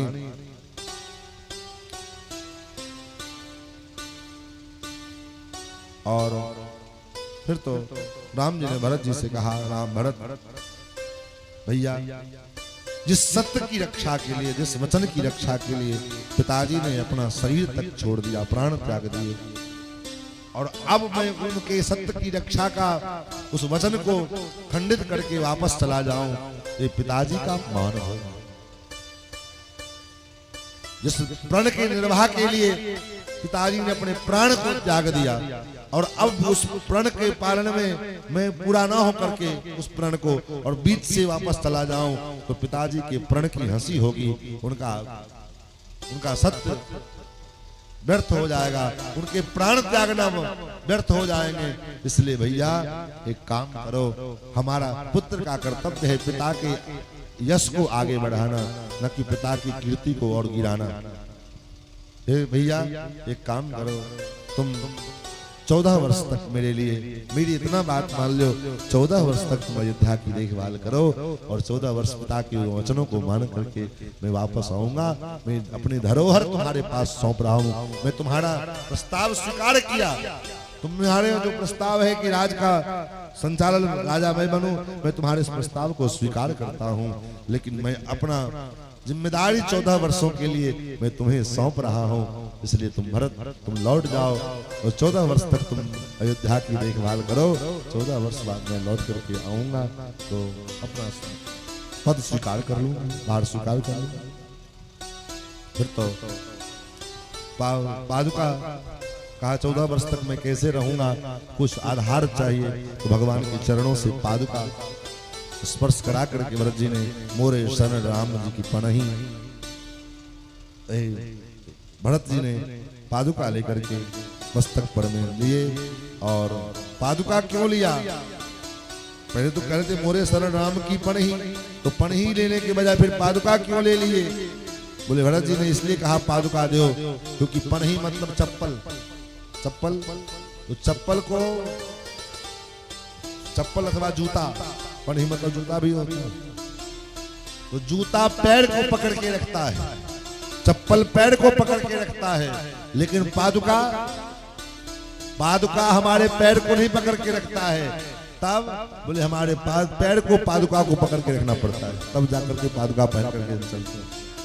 दोनों अंगूठों के द्वारा, दोनों पैर के अगले अंगुलियों के द्वारा पादुका के खड़ाओं की जो खूंटी होती है उसको पकड़ के रखना पड़ता है। इसलिए मानो भरत जी कहते हैं ये दोनों पैर के अंगूठे अंगुली कौन है जिससे जो है खड़ाओं के अंगूठे को मूठ को पकड़ा जाता है? बोले वही श्री सीताराम जी। मुझ में वो योग्यता नहीं कि मैं आपको पकड़ के रखूं, इसलिए आप मुझ पर कृपा करे रहें। आप दोनों अपने जो छत्र छाया में मुझको धारण करें। इसलिए श्री भरत जी ने पादुका का जो है चयन किया और पादुका लेकर के भरत जी महाराज अयोध्या पधारे हैं। अयोध्या जी में भरत जी ने पादुका को लेकर के सिंहासन पर विराजमान किया। महाराज तो आइए अयोध्या में श्री राम जी की पादुका के छत्र छाया में श्री भरत जी महाराज अयोध्या की प्रजाओं का पालन पोषण करने लगे। आज के इस सत्र को हम भी लोग भी अयोध्या में ही विश्राम दे और आगे की चर्चा शेष चर्चा कल करेंगे। कल भगवान का कथा का विराम दिवस भी है और जो यथा शक्ति जितना हो पाए भगवान जितना बुलवा लें इस शरीर से, इस वाणी से द्वारा, और उतना ठाकुर जी सेवा लेंगे। आइए राम भक्त ले चल रे राम की निशान, राम भक्त ले चला रे राम की निशान, राम भक्त ले चला रे राम की निशान। शीश पर खड़ा शीश पर खड़ा अखियों में पानी, राम भक्त ले चला रे, राम भक्त ले चला रे राम की निशान। निशानी राम भक्त ले चला रे राम की निशान। पन छिन लागे सदियों जैसे, 14 बरस कटेंगे कैसे।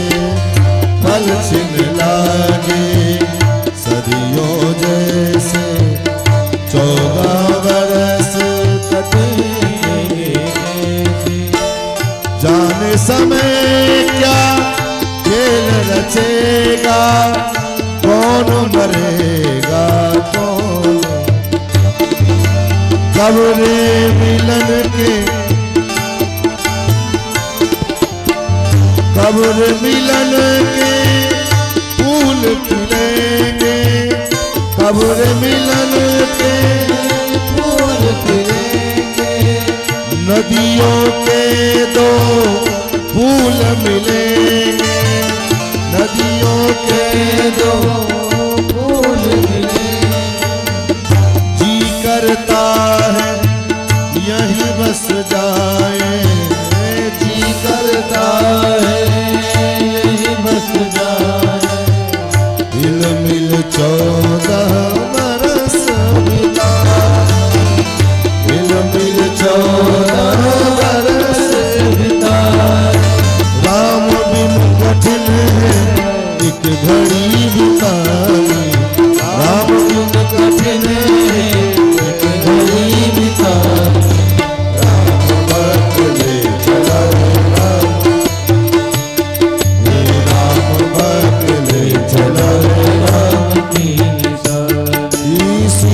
पर खड़ा लिए अखियों में पानी, शीश पर खड़ा लिए अखियों में पानी, राम भक्त ले चला रे राम की निशानी, राम भक्त ले चला रे राम की निशानी।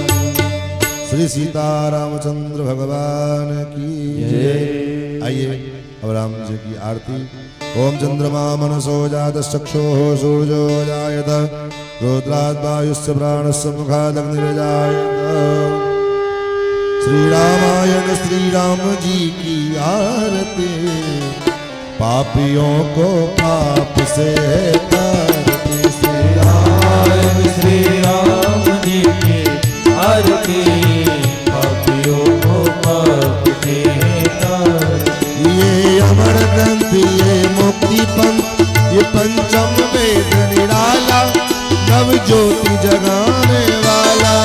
ये अमर ग्रंथ ये मुक्ति पंथ ये पंचम वेद निराला, नव ज्योति जलाने वाला।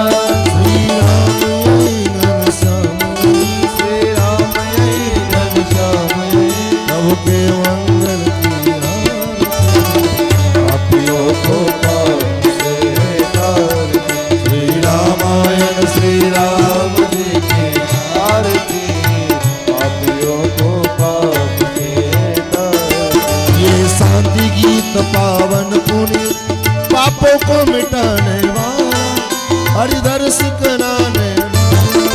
ये शांति गीत पावन पुनीत, पापों को मिटाने वाला, हरिदर्श कराने वाला। ये सुख करनी ये दुख हरनी, ये सुख करनी ये दुख हरनी। श्री मधुसूदन की आरती, पापियों को पाप से तारती। श्री रामायण श्री राम जी की आरती, पापियों को पाप से तारती।